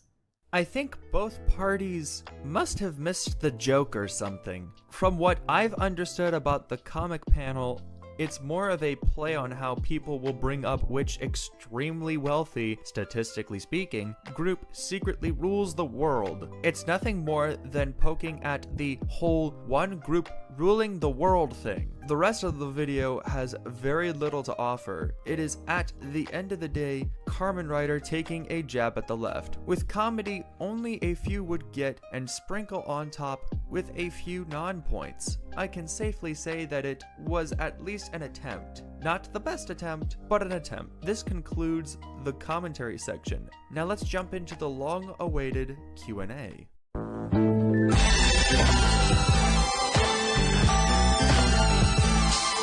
Alrighty, so we're finally here at 1K subscribers, to which I say thank you all so fucking much. I really do appreciate it. Honestly, I don't know what you guys see in my content, but you know, I do appreciate the support. Thank you all very much. Now, most of these are probably not exactly serious questions, but I'm still gonna answer them anyway, the best I can. All right, let's start with start from the top here. What kind of content do you plan for the future? Well, I think first of all, I'm gonna stop going towards drama content. Now the reason why is that, personally speaking, it's not fun anymore. It's really not something that I personally find enjoyable anymore. And I won't be leaving commentary. I'll still be making commentary videos, but overall, I'm not gonna focus on drama content. More so, I'll be more interested in, you know, taking a look at bad videos and, you know, giving my criticisms, or talking about other subjects that I find passionate, such as film. And of course there's a lot to go with that, but that's a story for another day. Alright, here's this next one. What made you start doing commentaries? Videos in general? Well, I initially just fucked around with shitposts. You can still see those at the bottom of my list. But as far as what made me start doing commentaries, to be honest, I jumped into the community whilst COVID was really at its peak, and I saw that there was still a lot going on with the community, and I wanted to participate, simply put. But if I had to pick something that truly made me want to do commentaries, I'd have to give credit to Akumu, somebody who has become a very close friend of mine, and personally speaking, probably the guy who made me really consider starting up commentary and making videos in the community. That isn't to say I don't have other inspirations, more notably Just a Robot, Nicolisms, who used to go by Darkscythe, and The Right Opinion.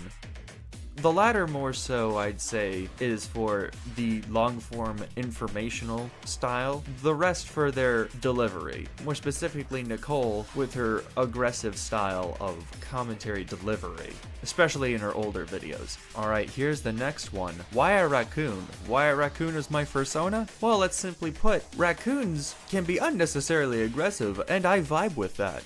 So now we got all the serious questions out of the way. Oh boy, let me see what the the rest of these are. Your mother, ? What about her? How big are your balls? And what's the... Oh my fucking god, I fucking hate you, Wario. How big are your balls and what's the exact diameter? About 30-40 feet. Do you have a dad? No. Who is remade and why are they sus at the end of stream? I don't know, man. It sounds like a him problem, really. I had to take that up with remade there, Chief. Not even gonna cap ya. Does Camdor look like a Mandalorian? I have no fucking idea who the fuck that is. And my personal favorite question, 9/11 or women's rights? Pequeno mas dos. Maybe next time I should put a little disclaimer saying serious questions only. Although I do like some of the funny ones. It was mostly funny. But that's honestly it for the day. No bullshit cold open or disclaimer this time around. Just don't do stupid shit toward Harley and remain a critic. Please. That's all I'm asking here. For context, I have become a vocal critic of HarleyTBS for a few days now, the end result being Harley misconstruing my points, demonizing my arguments, blocking me for criticizing him, and above all, calling what I was doing harassment. You see, this topic commentator accused me of some pretty slanderous shit, and I'm not the first person to have this happen to me either. Let's dive into this, shall we?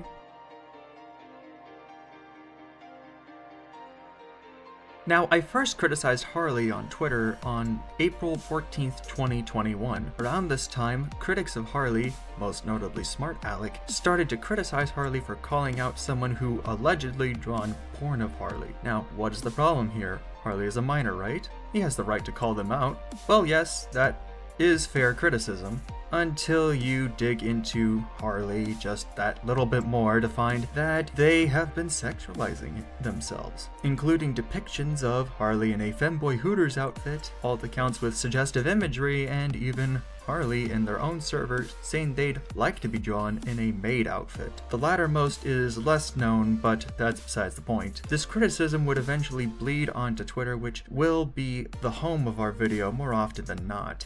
Here is where I first brought up the point that while it's fine to express yourself, you should remain careful of what you do, as it will attract people toward you, which isn't exactly what you want, especially if that attention is laced with horny. Now, what was Harley's response to this? Well, in his video entitled "Stop Drawing Porn of Me," where he said this very vague quote. But don't filter comedy because it will somehow make pedophiles feel justified. I have no idea what the point people are trying to make is by saying that for some reason me making a joke about my sexuality is the same as allowing people to draw porn of me. It's a dumb argument. You're dumb. I'm sorry. But I'm not sorry. You're fucking stupid. Boy, that escalated quickly. I mean, that really got out of hand fast. Keep in mind that this is a common practice of Harley to not name someone who criticizes them, as if somehow to bring attention to them would automatically destroy their career, even though it's a common sight for commentators to bounce back from even the worst hypocrisies. Now, from here, I hadn't been vocal too much until that fateful day of June 14th. If you know me, odds are you know Akumu. Here's where our story begins. Akumu was able to find an old video Harley made where he made a poor take on lolly porn, saying it's not child porn. A view he fortunately abandoned, but the video was re-uploaded by Akumu. Harley then puts a copyright strike on Akumu, which would eventually lead to this Twitter thread on the same day of Akumu's upload, June 14th, 2021. This was a day after I first criticized Harley when they said content creation was one of the hardest jobs out there. Stress and harassment is a really hard thing to deal with. I don't care what anyone says. Content creation is one of the hardest jobs out there. No other job expects you to deal with harassment, stalking, doxing, etc. To which I retweeted with this. Hi, it's Kohei Horikoshi. I'd like to have a word with you. Now, I know this may come off as an irrelevant point, but I wanted to bring this to clarify that I have critiqued Harley before this incident more than once. He vaguely references Akumu here without directly saying it's him. Imagine finding a poor take someone made without research years ago that they don't agree with and using it to try and ruin their life. Gross. Ew, who's doing this? Check DMs. But we know for certain Harley is referring to Akumu since the copyright strike was made on the same date as this tweet and the upload of the video. Now fortunately this was resolved in private between the two parties, but that is besides the point. I also find it really fucking hilarious that Harley tells this lad here to check his DMs. Apparently Akumu is the alt account of Lord Voldemort. He who shall not be named, I suppose. Now it was at this point when I first truly responded. Is he the boogeyman? What is keeping you from being public about it? Because the dude wants attention.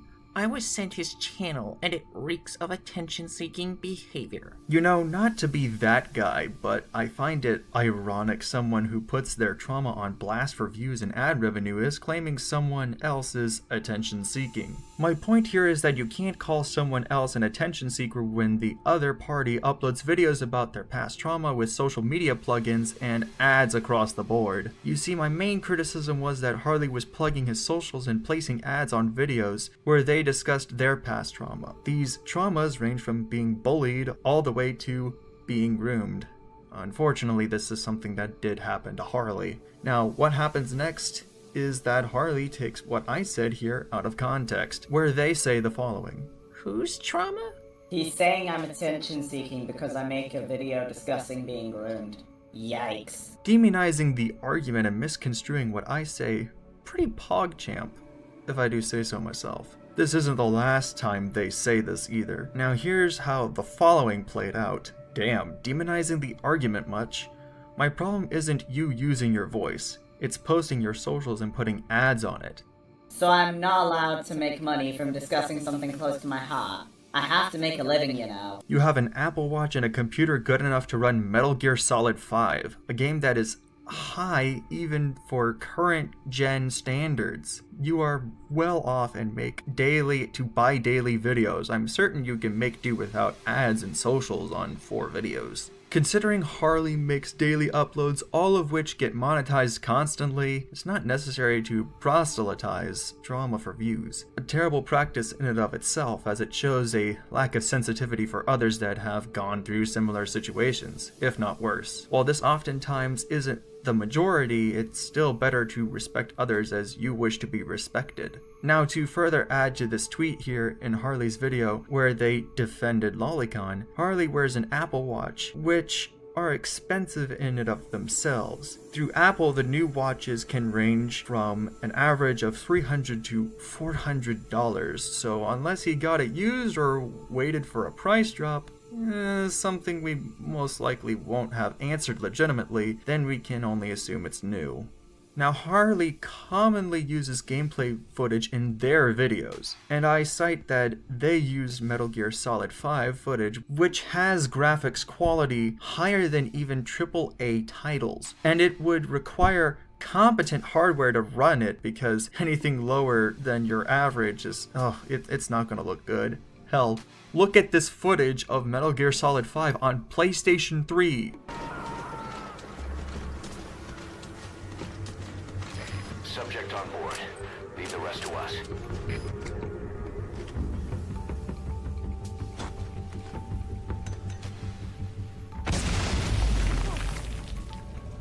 Now, before you say that, well, that's an older game, modern computers and consoles can run that no problem. Well, here's a few games from Harley's PC library.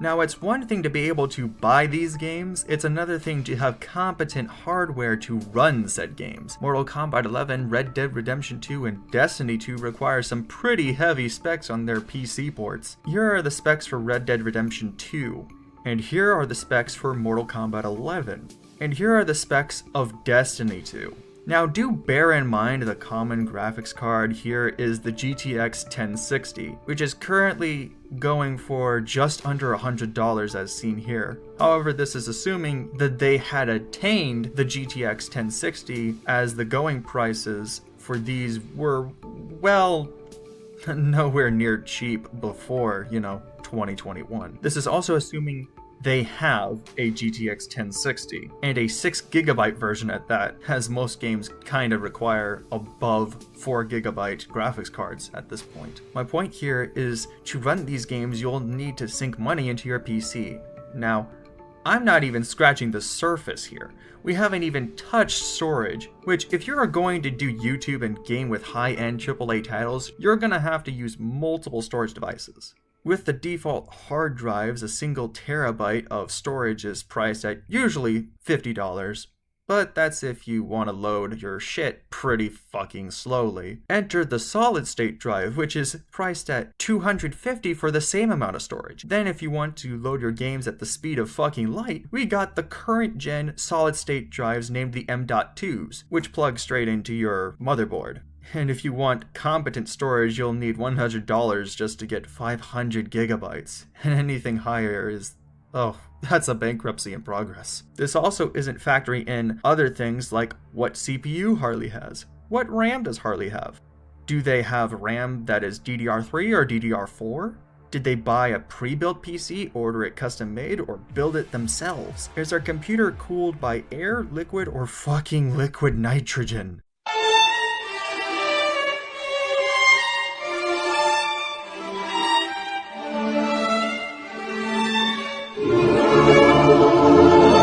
Now, I'm joking about the liquid nitrogen, but my point here is that if you're gonna say you aren't rich and then play these kinds of games and play them at peak performances, I'm not even gonna take you seriously when you say, I have to make a living.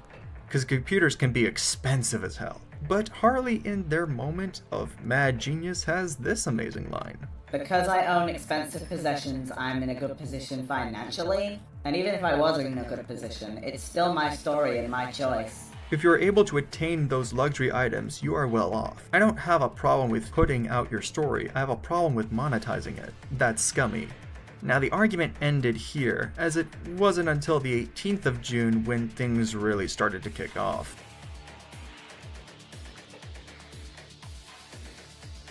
In comes HarleyTBS on Twitter, adding Team YouTube asking for early verification because somebody was impersonating their account and brand. While not uncommon, it's not worth getting an early verification for. Now here is a retweet done by Fractured Light, who openly criticized Harley about attempting to get special treatment from YouTube.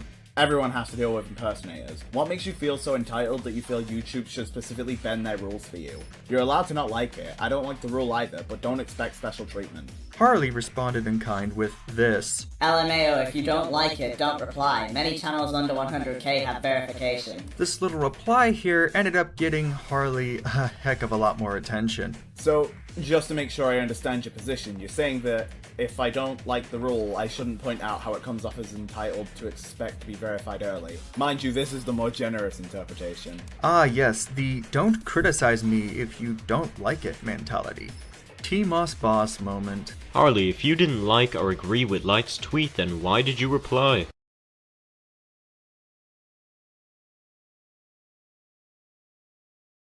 Harley is the best critic.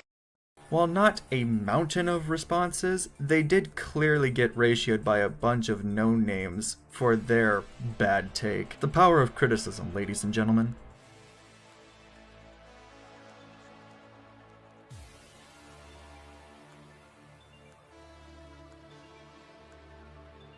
Now from here, another critic emerges to talk with Harley. Enter Foxton the Freak Show Hound, an emerging artist and commentator who has their own set of posts in the Twitter saga of HarleyTBS. Foxton had this to say. I'm going to be honest here, I am a victim of both mental abuse and borderline sexual abuse, and I was really upset about you plugging your social medias like you did in your videos. But I said nothing because I was scared of your larger fan base going after me, and putting me and my BF in danger.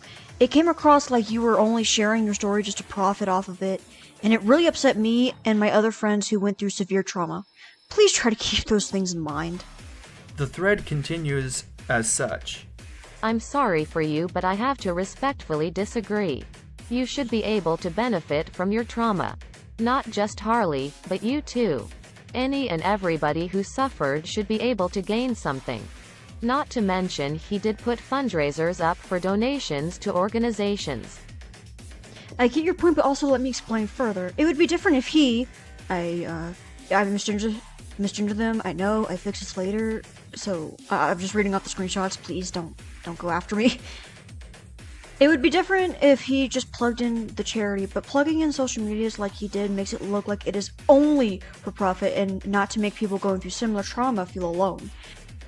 There are too many people that fake stories just to gain sympathy and followers/views. I'm not saying Harley is faking it because I truly don't know and it wouldn't be fair of me to say that.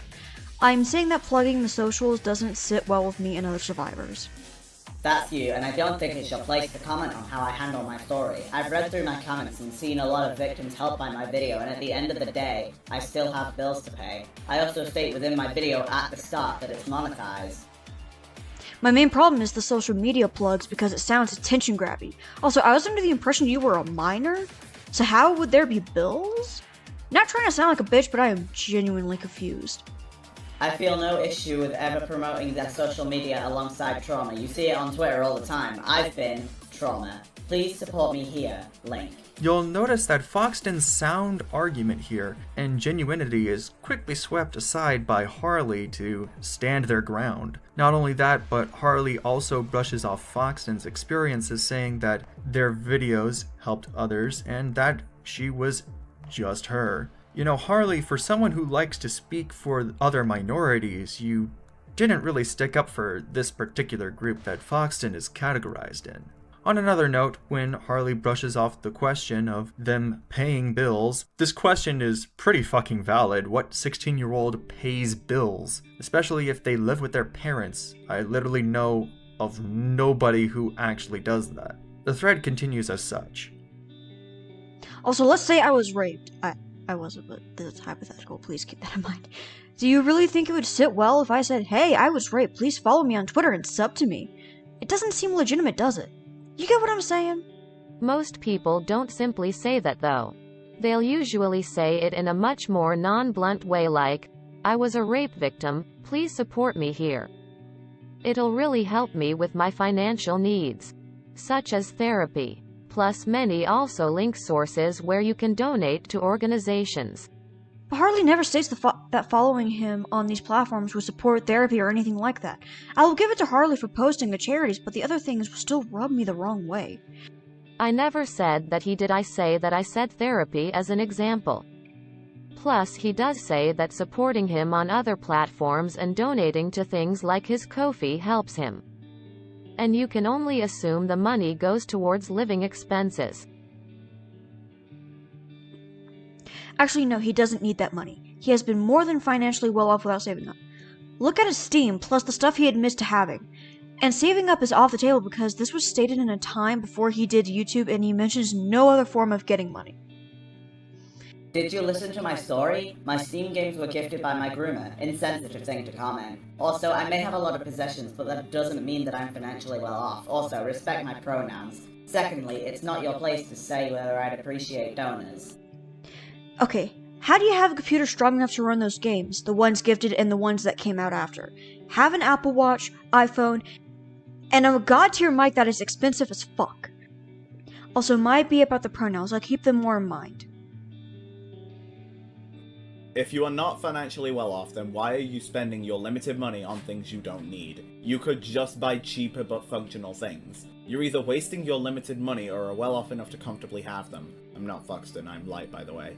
Harley doesn't continue, even after Foxton brought up these points, which I, too, have covered in this video here. Now, this wasn't the last time Foxton has spoken to Harley voicing her criticism. On the 23rd of June, Harley made this tweet here. In the last few months, I've experienced more harassment than most creators do. All it's done is motivate me to work harder to succeed on YouTube, just so I can laugh at those people when I live out my dreams. Now, naturally, this would attract attention that Harley isn't exactly fond of, which led to the following Twitter thread.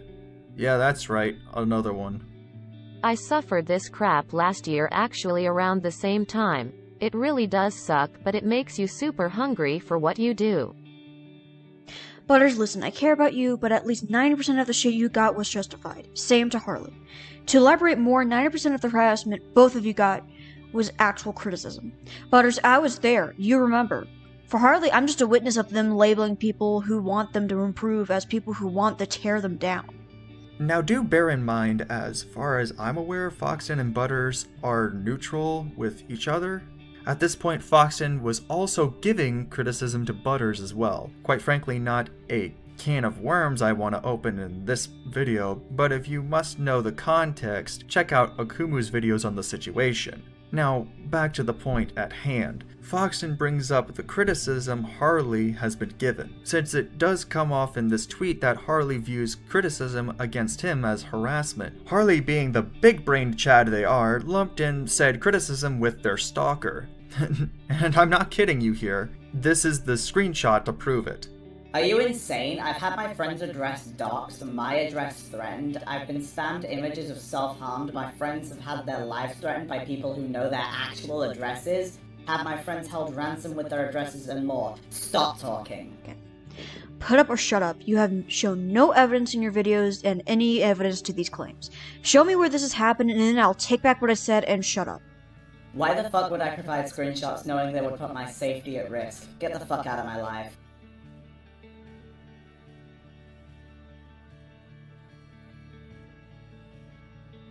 Now take a wild guess as to what happened here. That's right, get blocked, Foxton. Now fortunately, screenshots are shown of this stalker of Harley's, so they are not lying here. To be honest, why would Harley lie about this move? Oh, this motherfucker. Ain't they a spicy one? Imagine trying to get at Harley by basically going at an ex-moderator's throat. You could have just done criticism, but nah, you had to do this bullshit. Fuck off, mate. Even so, the point of this thread here has been lost. Harley hasn't really acknowledged that their critics are separate from the harassers. And before anybody mentions it, harassing Harley is one of the most pathetic things you can do. Criticize them, call them out, or even do a little trolling, but harassment is retarded as hell. However, Harley should also have made the distinction between critics and harassers. Because, hear me out now, criticism isn't harassment. And what makes this worse is that villainization of said critics as it spins these farces of all of these people are attackers, all of these people are harassers, and not going on to say at any point that there is a separation between criticism and harassment is ludicrous and scummy.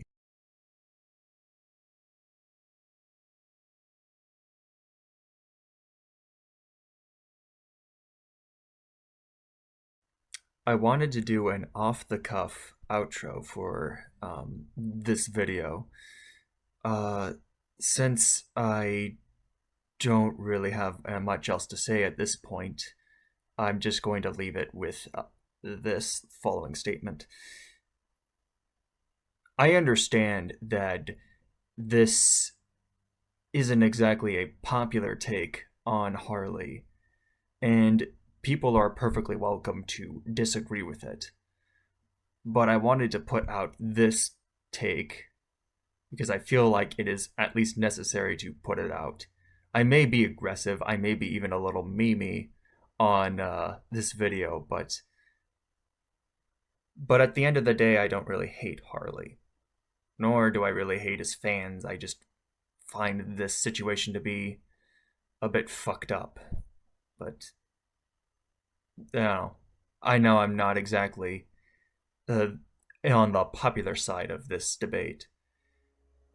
You're welcome to state your opinion in the comments. You're welcome to disagree with me. I don't mind it. Concerning the HarleyTBS video, I think that it needs to be made aware that I no longer stand behind it. Now, for those who aren't aware, slowly but surely I've been very unhappy with the end product. It's laced with criticisms that are basically dated. They're from a Twitter spat mostly that's very old, at least 2 years at this point, or about to be 2 years old. And the video, its main core point about the monetization of one's trauma is a controversial subject. And while I guess somebody would have a point, the problem is at the end of the day, it's their trauma, and ultimately, who cares? It is their situation, and ultimately, this video, all it accomplishes is essentially dictating to somebody how to feel about their past. So, I don't think that it is a very good point anymore. I don't believe that this video is good at all, just on the basis of that alone. For the sake of people wanting to see it, and for transparency's sake, it will remain up. It will be tagged with disowned in the title and the description, and you can see for yourself how fucking terrible it is. This also eliminates the confusion, as people have come to me before asking about it, and I kind of have to explain, like, look, I don't stand by this anymore. Why keep repeating the same conversation over and over again when you can just post a video essentially explaining the issues, as the conversation, even at this point, like it's long since dead. I don't think anybody really gives a fuck about any of it. Especially nobody gives a shit about Harley's PC specs. I don't know. I don't know what kind of crack cocaine I snorted there. It was unnecessary to bring up the criticisms of the trauma. It was unnecessary to even question the financial status Harley had, which is also a point in the video. And they don't hold water today, especially today. Back then it wouldn't hold, but even now it holds even less. It makes no sense to have the video up and be like, well, you see, I stand by this, when ultimately it does not do anything but create issues that don't need to happen. It is an unnecessary video with unnecessary takes. So that is why I've decided to disown it. You are free to view it, but it is now at this point disowned. You all know why you are here. You are here for someone who came out of the closet as something so outrageous it shook the core of the platform. She was everywhere, on YouTube, on Twitter, on Kiwi Farms. Hell, she even got her own news article. You all know why you are here. You want more about the zoophilic temptress herself. Truth is, there is more to her than meets the eye. This video will bring to light allegations you have not yet known. Piece by piece, we will uncover the secrets of our zoophilic temptress herself, Hypnotist Sappho. Hypnotist Sappho is a YouTuber who makes hypnotherapy videos, but not just any old hypnotherapy videos. They take place on VR chat. Odd place for such an activity, but okay. On the surface, it is nothing too abnormal. A small YouTube channel with 3,000 subscribers, maybe 4 by the time of this video coming out. But the truth is, Sappho is not as normal as you think. For you see, on September 11th, 2021, which is a convenient way of saying you are committing career suicide, Hypnotist Sappho came out as a zoophile. Yes, you heard me right. A zoophile. A coming out video that does its best to give people a good idea of who Sappho is as a person. A caring person who chooses careful wording. Hi everyone. You all know me as Sappho, and I wanted to make a video about coming out.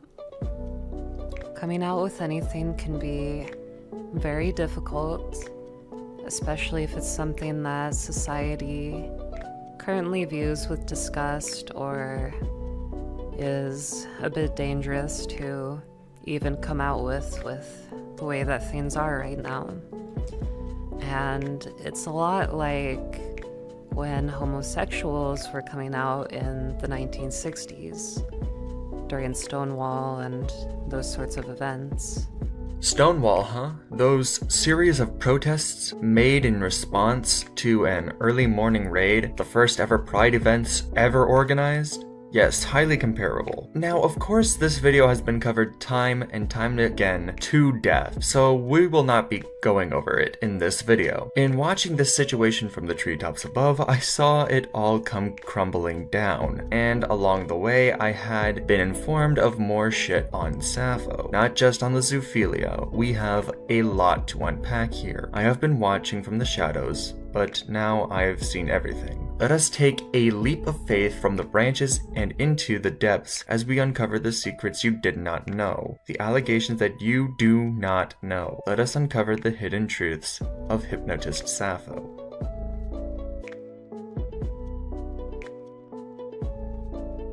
Before we continue, I will give a brief disclaimer. All that I am presenting here is evidence towards an allegation, and this is what I have to bring to the table. Feel free to come to your own conclusions, and if need be, take this with a grain of salt. I will save my personal opinion for final thoughts. With that out of the way, let's take the plunge into this rabbit hole.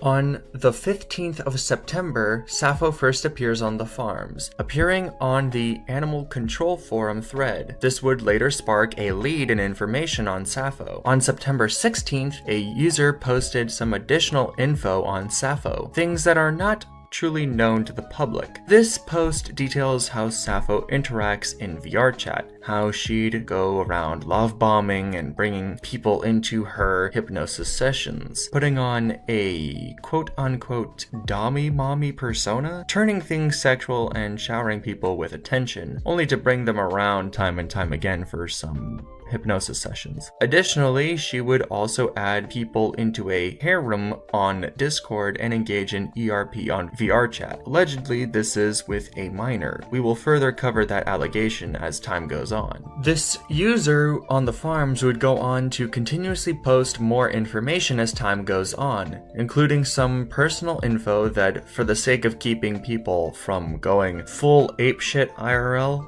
I'm not including. I understand Sappho is a complete degen, but leave in-person conflict for those who are qualified. This also includes a twit longer post of a user who has publicly come out about Sappho being a zoophile prior to the September 11th video, on the 8th of September to be exact, done by someone who used to moderate for Sappho's Discord server, a 17-year-old moderator. This would also bleed into her Discord server activities, which we will get into that later. Other information that has come out from this user includes Sappho sharing that she is creating domains for pro-zoophilic websites, an audio clip of her quote-unquote light cuddling and nuzzling. Spoiler alert, it's not anywhere near that. We also have Sappho running a poll on whether her server should be 18 plus or not. And after making said Discord 18 plus, minors had started to get depressed as they were told to leave. These few screenshots are a bit cropped, so take them with a grain of salt. Sappho also states that she needed to get rid of the minors in her server because they, quote, made her look bad. At this time, the latest post on the farms was posted on the 14th of October. No further posts were made on the site by this particular user as of the time of scripting. While some of these screenshots, in my opinion, lack some context,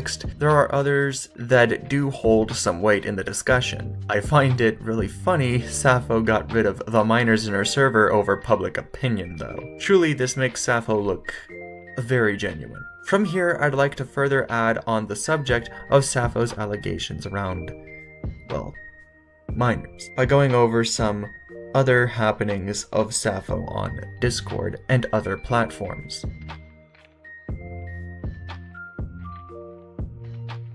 Let's start with a member of the server before the minors were removed, a minor themselves. We'll refer to this person as Blue for the sake of anonymity. Blue is a 17-year-old who had joined Sappho's inner circle, another minor moderator. Got all the big roles, including the aforementioned harem role that was talked about on the farms. Note that all of these screenshots are taken before the September 11th coming out video. Also note that Blue is a separate 17-year-old from the one that went public about Sappho's bestiality. Now, Blue, after joining in early September, had, whilst not explicitly saying too much personally, it is shown they had expressed being in school. Notice as well that Blue is able to talk in the NSFW chats. Moderation powers are given to a minor in a server that has NSFW content. We also have a screenshotted interaction with Blue and Sappho in her server that is highly questionable in nature, where we see Sappho sharing a photo of a censored dildo. A dog penis-shaped dildo.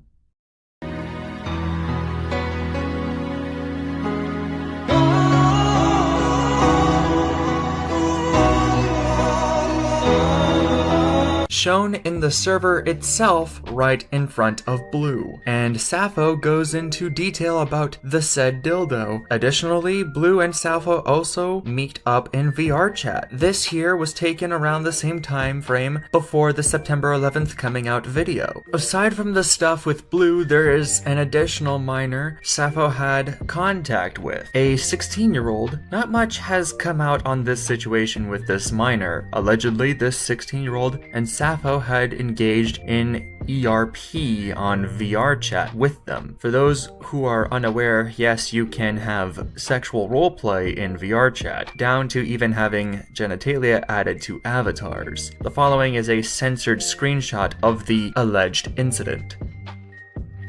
These are the accusations when it comes to minors, but of course there are other fine details to go over. However, you won't be hearing them from me. You'll hear them from someone who had been a part of a more extensive situation. You see, with allegations like these on the internet, naturally this would attract a sort of investigation towards them. The following segment will be an interview with an individual who will be able to add more context to the allegations on Sappho, someone who will cover in better detail and add context that I have not yet addressed.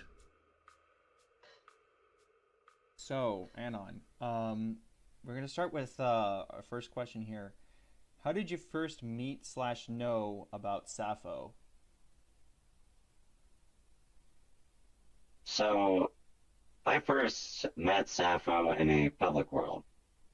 It was one of the public furry worlds in VR chat.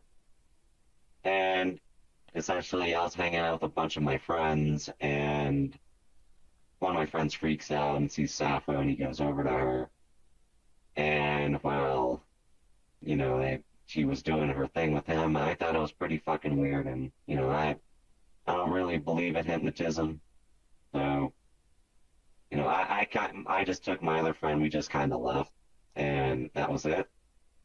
But during the middle of the night, somehow, some way, she sent me and my friend a friend request.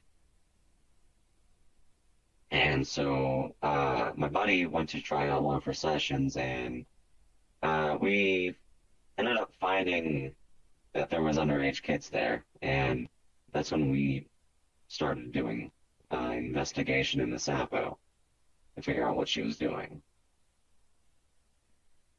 Okay. And mind you, it was a very weird experience, because she would keep on doing stuff with the minors, even though that she fully knew that they were a minor. Like a 16-year-old told her that he was 16, and well, she just kept going with the session. Like, what is the time frame of your investigation? Like, exact, not maybe not exact, but the timeline of how long this took place from when you first met to more current events, like the coming out video. So our entire debacle with Sappho, it started about a month prior to the video coming out. And after that video came out, you know, things started to ramp up, and we started to look more into it. All of a sudden, you know, kids were coming out saying that Sappho had done stuff to them, or, adults were coming out saying, hey, Sappho has done this without my consent. And it really just started to paint a really, really bad picture. I guess more so this is pertaining to the sessions themselves. Like you said, about the whole sexual stuff, and how much of that actually carries over to Sappho's sessions, like her hypnosis sessions? Is this commonplace? I don't have a definite answer for that, but I do know some sessions do go more to the sexual side, as well as some of those sexual sessions have involved minors. The most prominent one I know of is one that involved a 16-year-old, as well as one that involved a 17-year-old. And that 17-year-old also went to be on one of the head moderators of Sappho's now defunct Discord server. The sexual stuff happens regardless of whether people ask for it or not. Sometimes people have asked for it, sometimes people haven't. Sometimes it just happens with Sappho. And honestly, with her whole hypnotist thing, it's kind of up to her if she wants to take it sexual or not. Because apparently she has full control over that person's mind and what they want. It's a crazy thing to say, but it's the truth. I think this question can also be like taken a little differently. Is there anybody outside of all the VR chat and internet stuff that knows like about this at all, or is it just a clean slate? So from what I've actually been hearing is from a few people is that, mind you, these people that I'm talking about are still in school at this moment, and these people have told me that the stuff is now being like talked about at schools, like high schools and middle schools.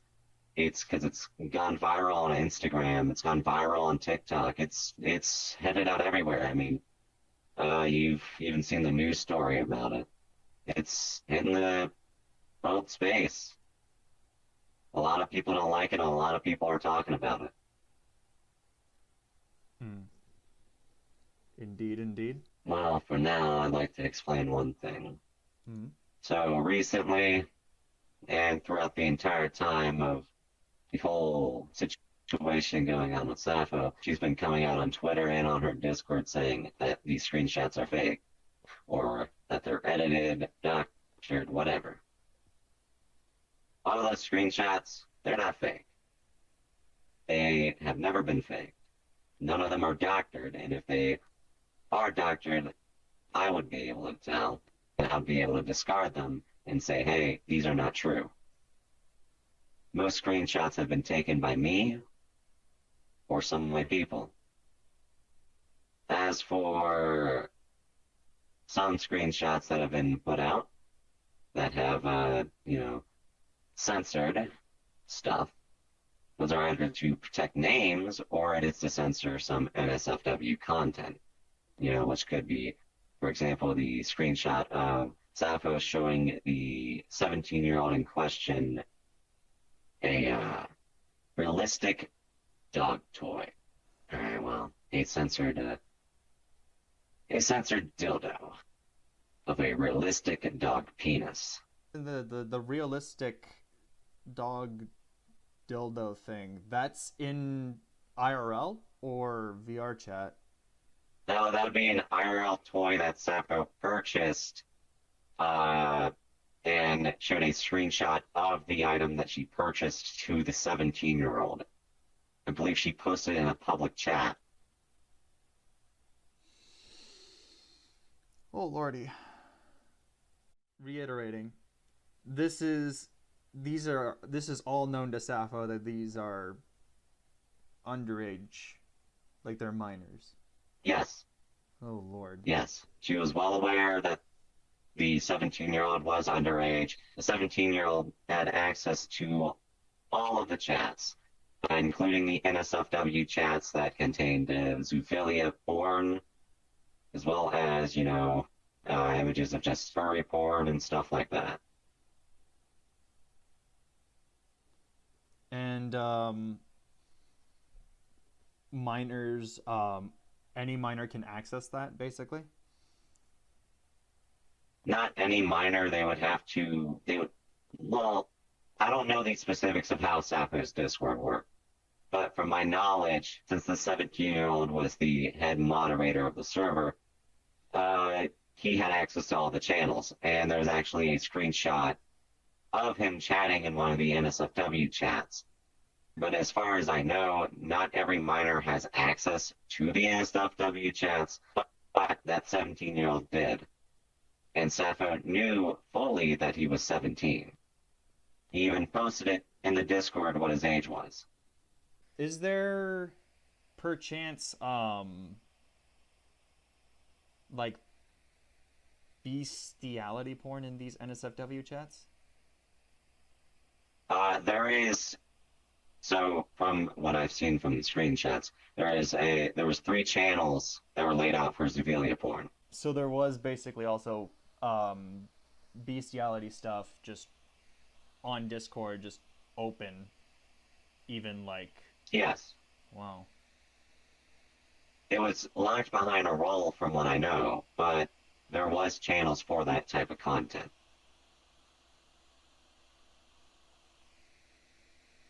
I see. I know that you don't particularly know too much of the Discord stuff with her server, but do you know that if there are any minors that have admin status?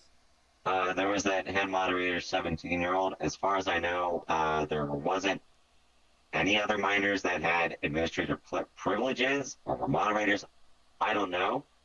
But given that Sappho has shut down her Discord, well, the current Discord is archiving it and is making a new 18-plus Discord, there's been a lot of outcry from the minors that are in there about that. At least from what I know. So she's making an effort to put more control on NSFW contents in her server, and these minors just are, like, they're upset over it? Yes. There is screenshots that have the minors' Discord accounts, blanked out, of them saying, like, well, guess I'll have to wait till next May, or, something along the lines of that. Or like, this is my favorite Discord, why is this happening? So, kind of further going off of the... I guess we're going to merge the bestiality stuff with the questions about her hypnotism. Do you know if she's tried to connect, to push others into some bestiality type situations with her hypnosis, making people uncomfortable or anything along those lines? I'm not aware at this time, but from what she's doing in the bestiality space right now is she's apparently creating an organization to make bestiality more of a normal thing, which I think is not right in any capacity. She has posted on Twitter, like, looking for high education people who are zoos to join my organization and stuff like that. Which I'm just going to go on a little bit of a rant about bestiality. Bestiality is not something that's supposed to be normal. It's not meant to be normal. It's not right in any capacity, because animals cannot consent. Animals can never consent. They do not speak English or any other foreign language. And she posted on Twitter how, like, oh, well, if a foreign person speaks a different language and he can't consent, does that mean he that you keep going, or something like that. And,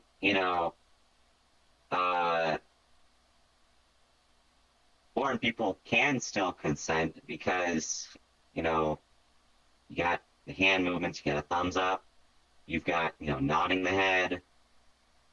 Dogs or animals in that fact, they cannot do that. They cannot move their hands. They can't give a thumbs up. They can't say no. They can't shake their head for no. They can't give consent in any capacity. And it's oblivious to think that an animal would be able to give consent. That's not something that's physically possible or in the mental capacity of an animal. Animals can be smart. You can teach them to do stuff, but they cannot speak a language. They can't move their body to give consent. They cannot use body language like we can as humans. And as for that fact, it's completely wrong what she thinks she's doing. She's not doing anything right. It's just completely wrong, especially since that there is known cases of her doing stuff with children, with hypnotism, in VR. I mean, yes, it is VR. It is in virtual reality, but it still holds weight in real life, and it can still get someone, arrested. Just like how if you do text-based stuff with a kid online, that can still get you arrested. It's just in VR, now it's a bit more personal. Now it's a bit more, you can actually touch that person. You can put your hands on them. And, some people have this thing called phantom touch, and they can feel you touching them, as well as phantom pain, where they can feel like if they get punched or shot by a virtual gun. And it just comes to that fact that that some people can still feel you, even if you're not really there, because they've got that immersion, they've got that awareness in VR. And it's something that can hold weight in real life. And it's not something that's right to do at all, even to a child in VR. I guess the next question would be, more of an IRL answer. Do you know if Sappho has an animal in her care, like a dog? Since, she's attracted to... Nothing about that is confirmed at this moment, so I won't give an answer. But there has been allegations that she has a German Shepherd.